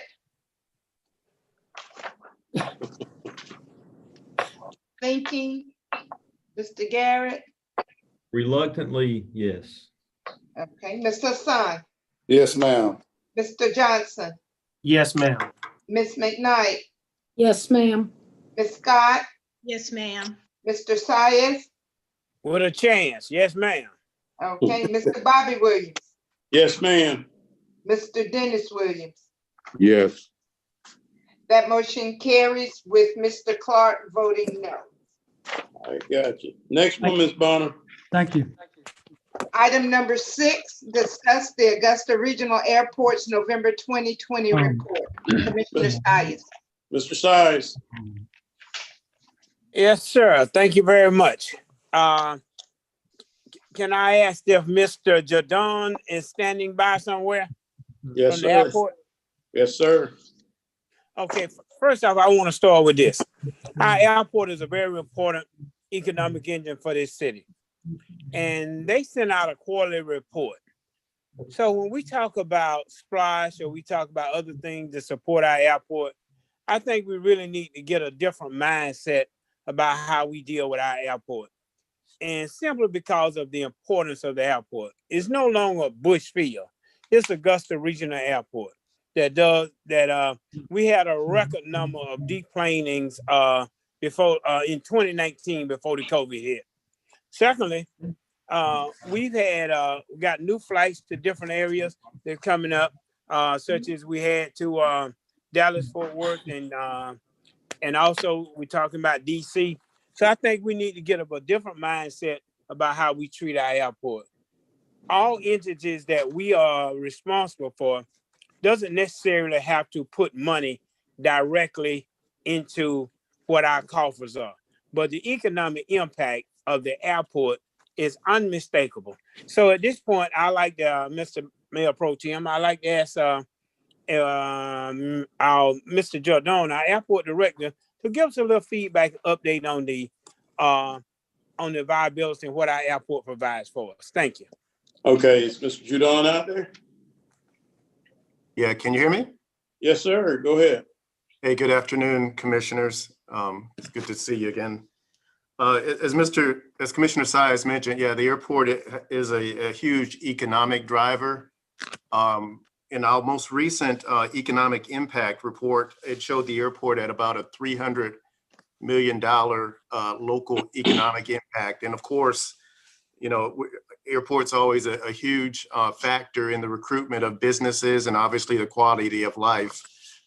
This airport report that I've been sending it to you for about the last 4 or 5 months. Is actually a requirement per ordinance. So it's just this report that I send you is just kind of a snapshot of some of the highlights each month of the airport. And it also provides you some talking points as well in terms of what's going on with the airport. And what I would like to do, I know we don't have a lot of time to get in the weeds today, but what I would love to do in the near future is to maybe have a separate meeting and kind of an airport 101 where we can kind of talk about, some of the airport's goals and some of the airport's operations and some of the airport funds. But I will kind of briefly, kind of just a real quick, maybe 1 minute, kind of talk about airport finance.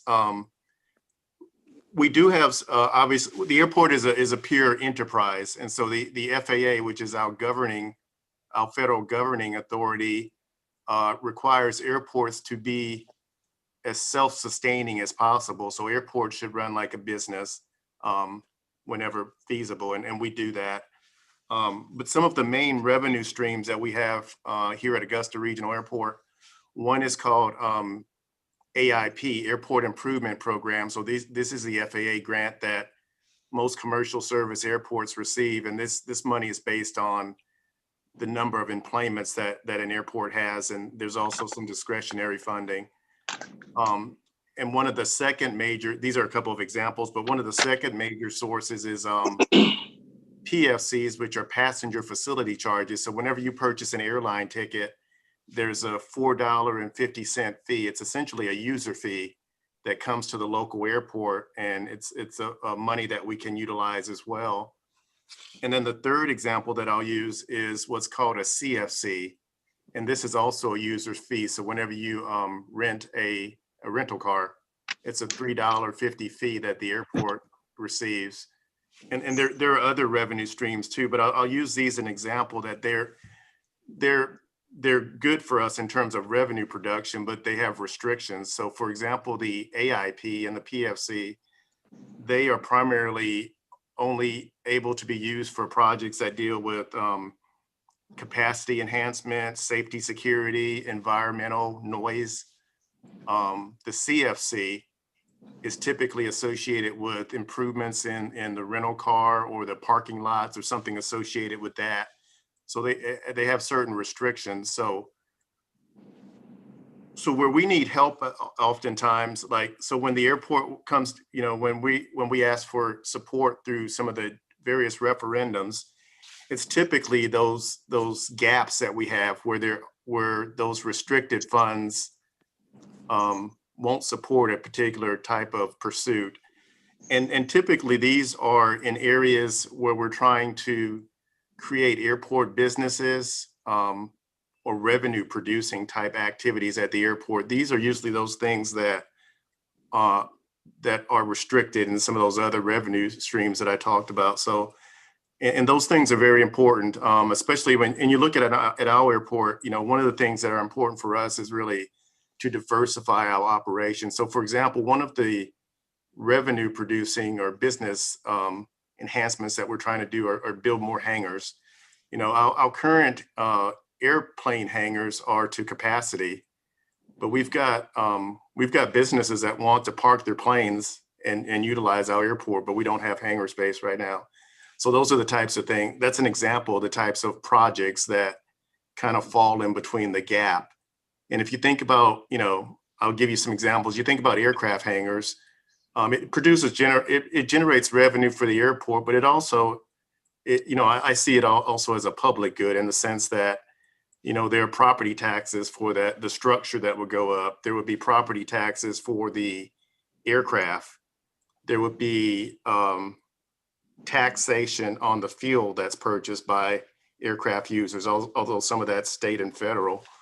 And oftentimes users of these types of facilities are kind of your movers and shakers that are using, these types of entities. So these are people that are probably bringing business in and out of your community. So those are the types of things that, again, oftentimes an airport the size of Augusta is, from a financial standpoint, it kind of, those are kind of some of the gaps that we have from a financial standpoint. So again, I know I could talk all day about airports, and again, I would love to do kind of an airport 101 for the commission in the next quarter or so, but I can take any questions as well, sir. Yeah, do we have any questions? And that concludes it from my perspective, Mayor Pro Tem. I just want to bring that to our attention and continue to address it in the future. Got you. Anyone else?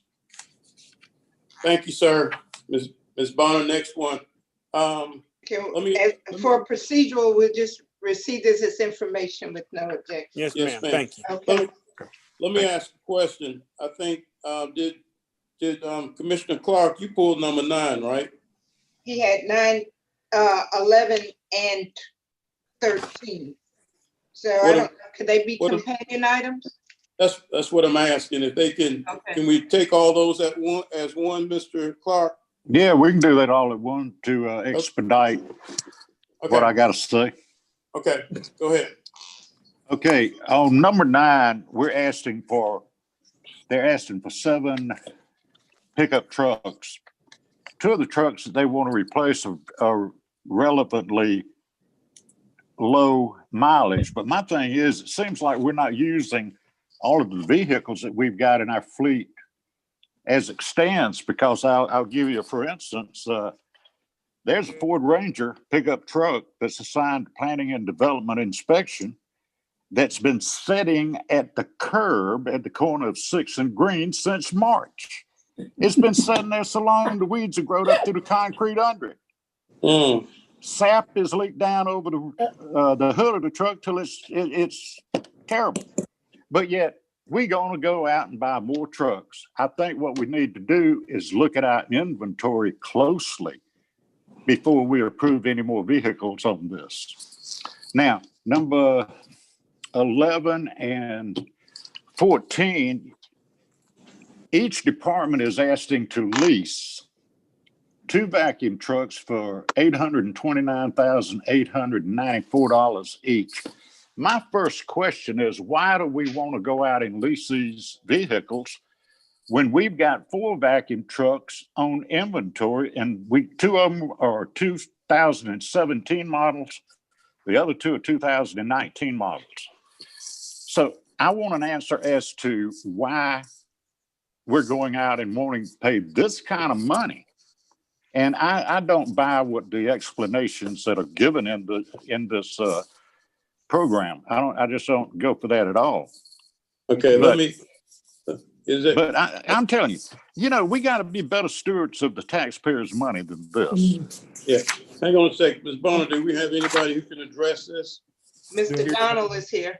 Yeah, I'm prepared to address those. So, item number 9, those pickup trucks, when looking at the mileage I think that first the commissioner brings up a great point of being greater stewards of our finances and ensuring that we're reviewing these large purchases.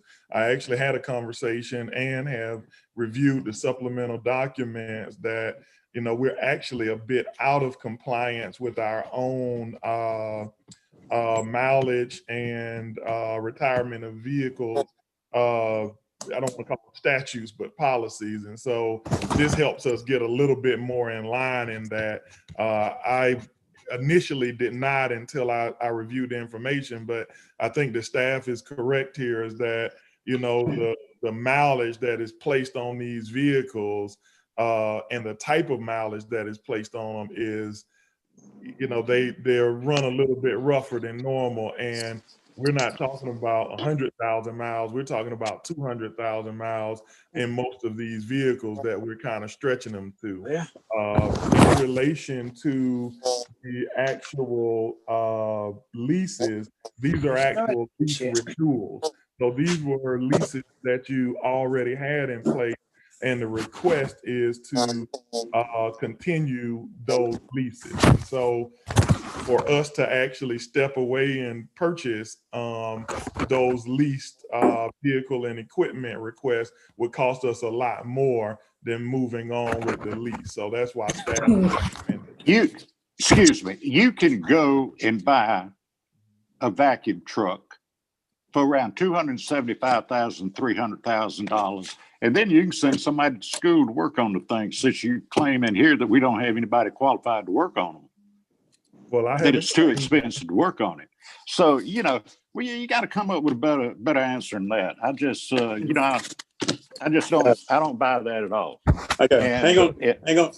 Okay, hang on a second. Anyone else want to get in on this discussion? If not, I'll entertain a motion.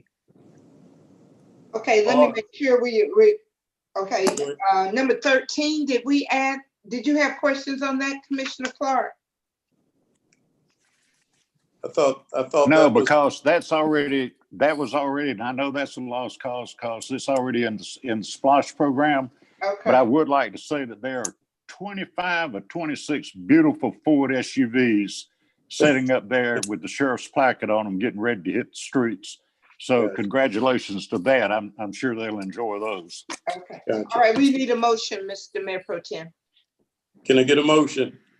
I make a motion to deny. Second. Who was that, Mr. Garrett? Yes, and ma'am. Mr. Smith?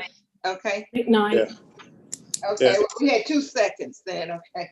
All right. So we have a motion to deny. We're voting, Ms. Bonner. Mr. Clark, Yes. Mr. Franum, No, ma'am. Mr. Garrett, Yes, ma'am. Mr. Hassan, No, ma'am. Mr. Johnson. Mr. Johnson, he's muted. I'm Mr. gonna get the Johnson. hang of this thing one day. No, ma'am. Okay, thank you. iPhone, Ms. Knight, Yes. Ms. Scott, Yes. What? to deny, okay, Ms. Scott. Mr. Sias? Mr. Sias? He's out.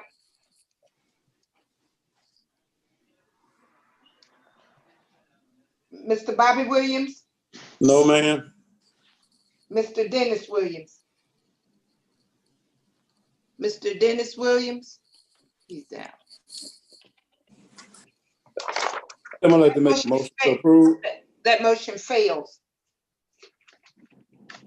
Okay. You're Mr. Chairman, making- I'd like to make a motion. Mayor Pro Tem. Okay.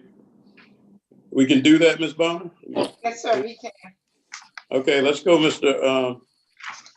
Hassan. Yes, I'm gonna put a caveat here, make a motion to approve to the administrator, but also in this motion, it is for you to look at our mileages on our vehicles, because we think the mileage that we go by, let me separate the motion from this. Then the mileage that we go by is outdated. It's probably been in place over 20 years. So just look at that and revise that and look at that and bring back that to us at a later date. So I'm just gonna make a motion to approve it, but also suggest that you look at our mileage, bring it up to date standards. Could you give me a date on that with Whenever 2 days suffice? No, sir, you Bring it back. Yes, Yes, sir. sir. Got it. Okay, we need a second on that, Mr. Mayor Pro Tem. Need a second? Second. You got it. Who's that, I Mr. think- Random? Yeah. Okay. All right, Mr. Clark, No. Mr. Franum, Yes, ma'am. Mr. Garrett,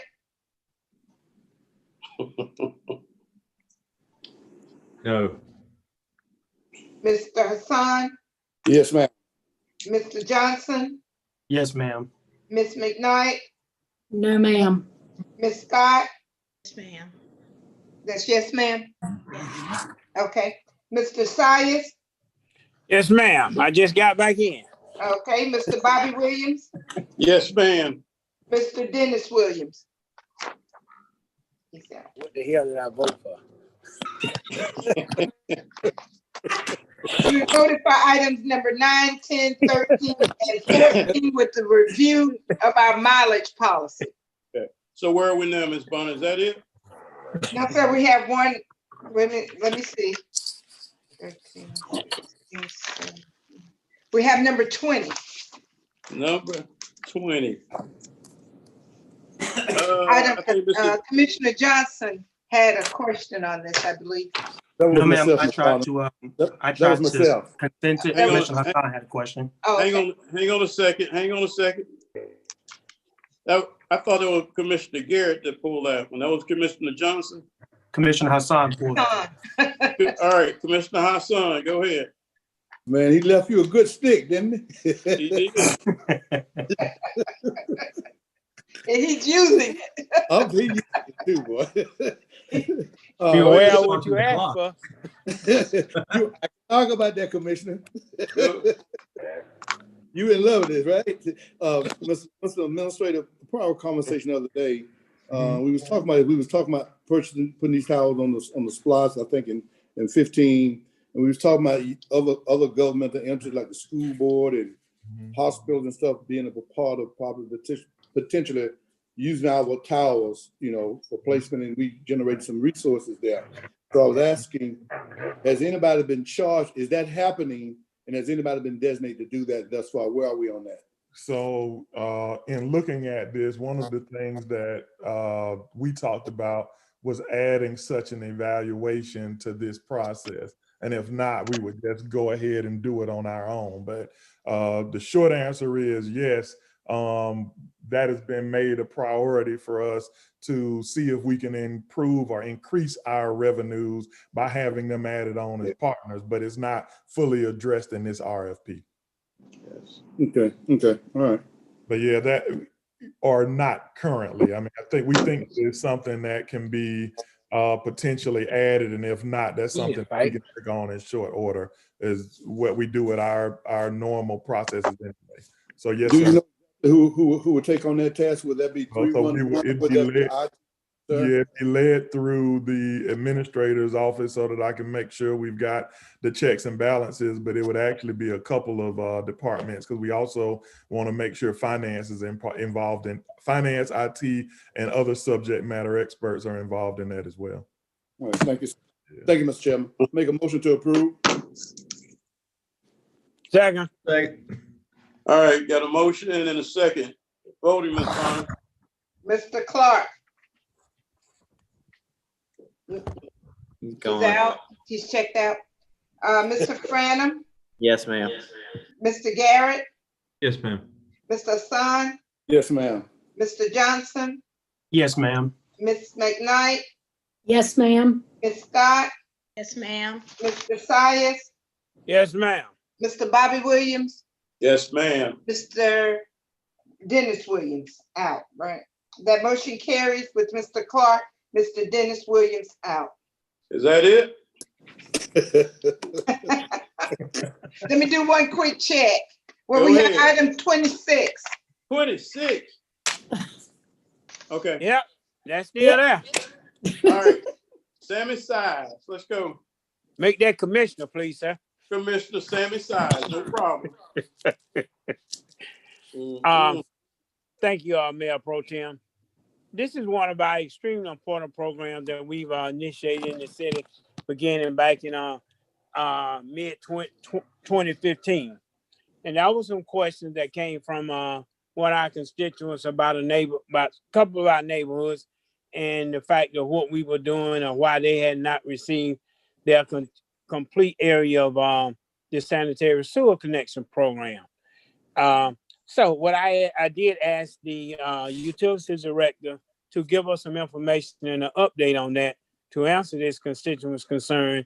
And as you know, I've been very, very much involved in that program. And I look forward to bringing something to the commission in a few months about how we can really accelerate this program and move it forward.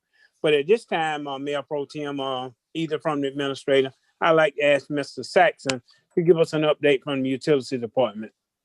All right, Mr. Administrator.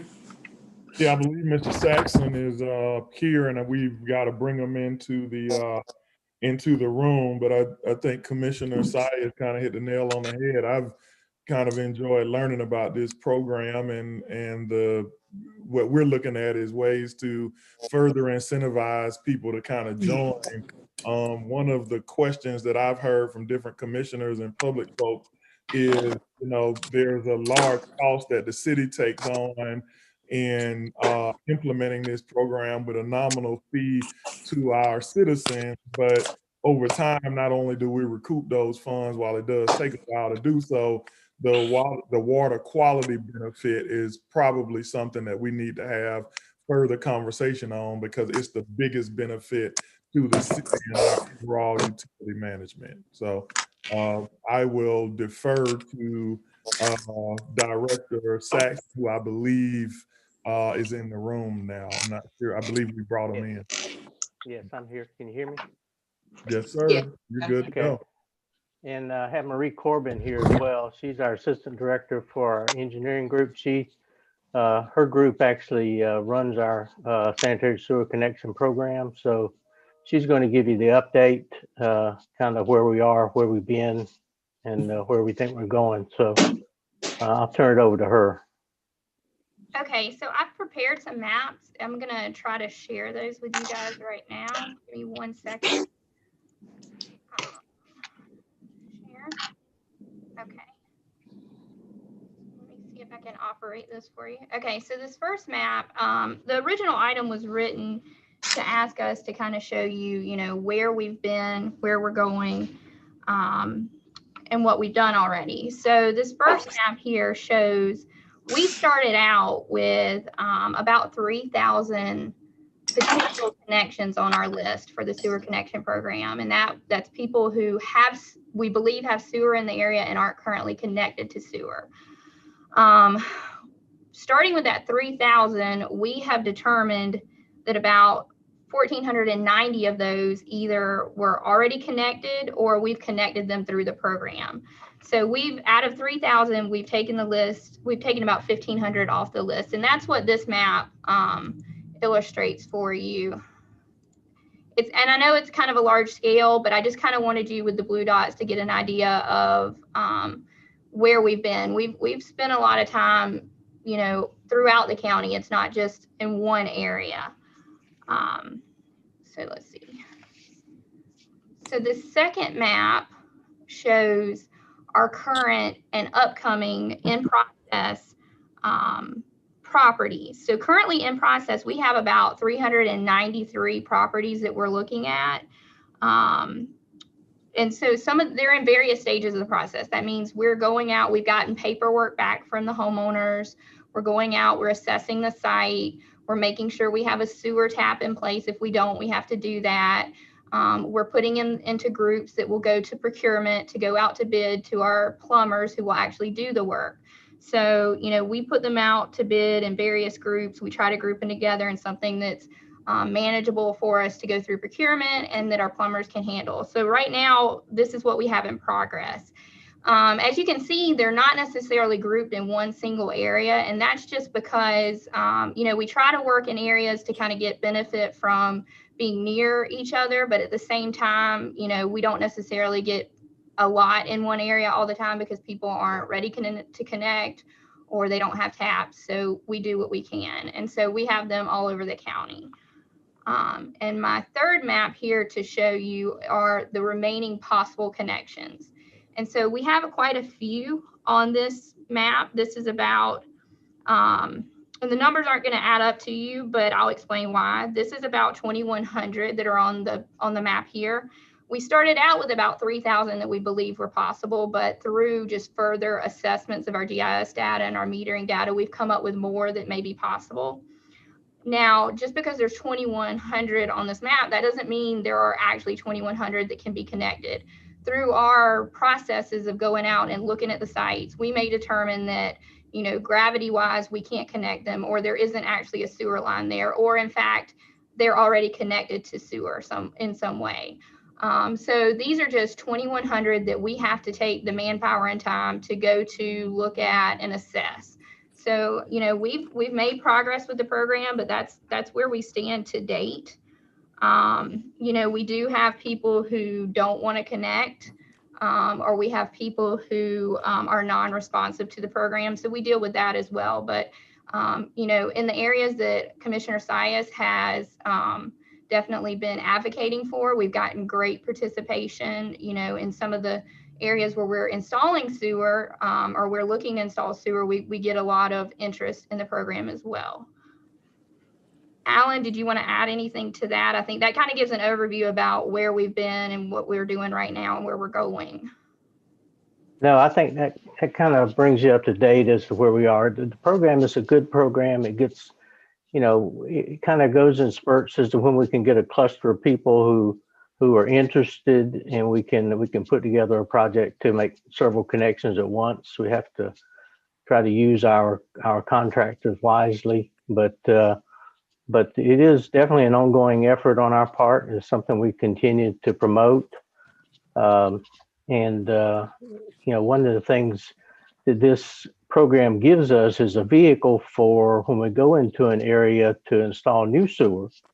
It gives a vehicle to maybe incentivize people to go ahead and get connected if we're going to cover the cost of abandoning their septic tank, rerouting their house plumbing, and tying into the sewer for $10. So that's you know, that helps hopefully get more people connected than would have if they had to do all that themselves. So, okay, Mayor Pro Tem, may I close it up? Thanks, Elise, second too, Mayor jump Pro in Tem. again.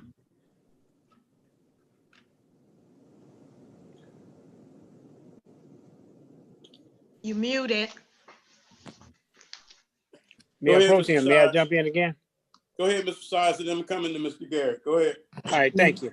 I just want to say, yes, a lot of sewer work has been done out in District 3. I was presently out there watching them do that several years ago.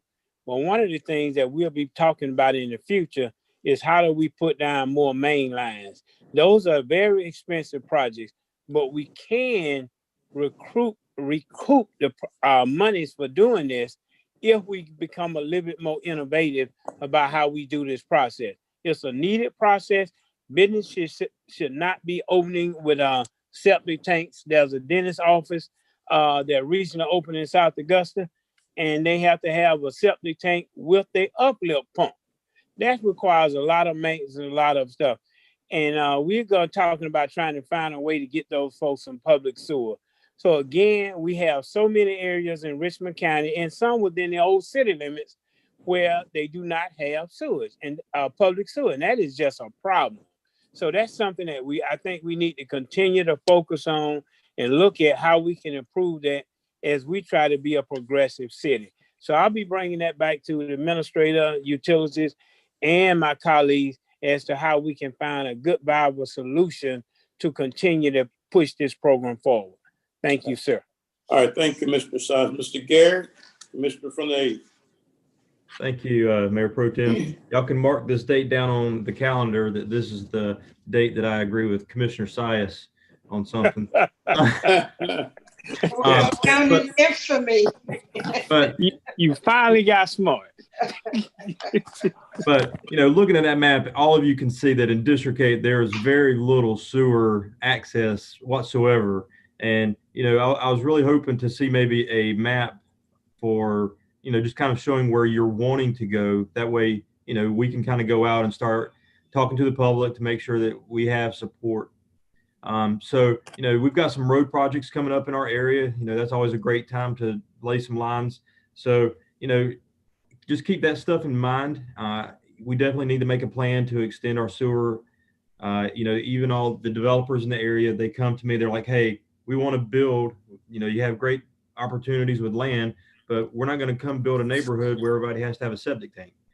They want sewer. So, you know, I'm really hoping that moving forward, this is going to be something that we can actually have an active plan and move forward with it. Okay, thank you. Any other discussion? Where are we, Ms. Bonner? We just need to receive this as information. Well, Ms. McKnight has her hand up, sir.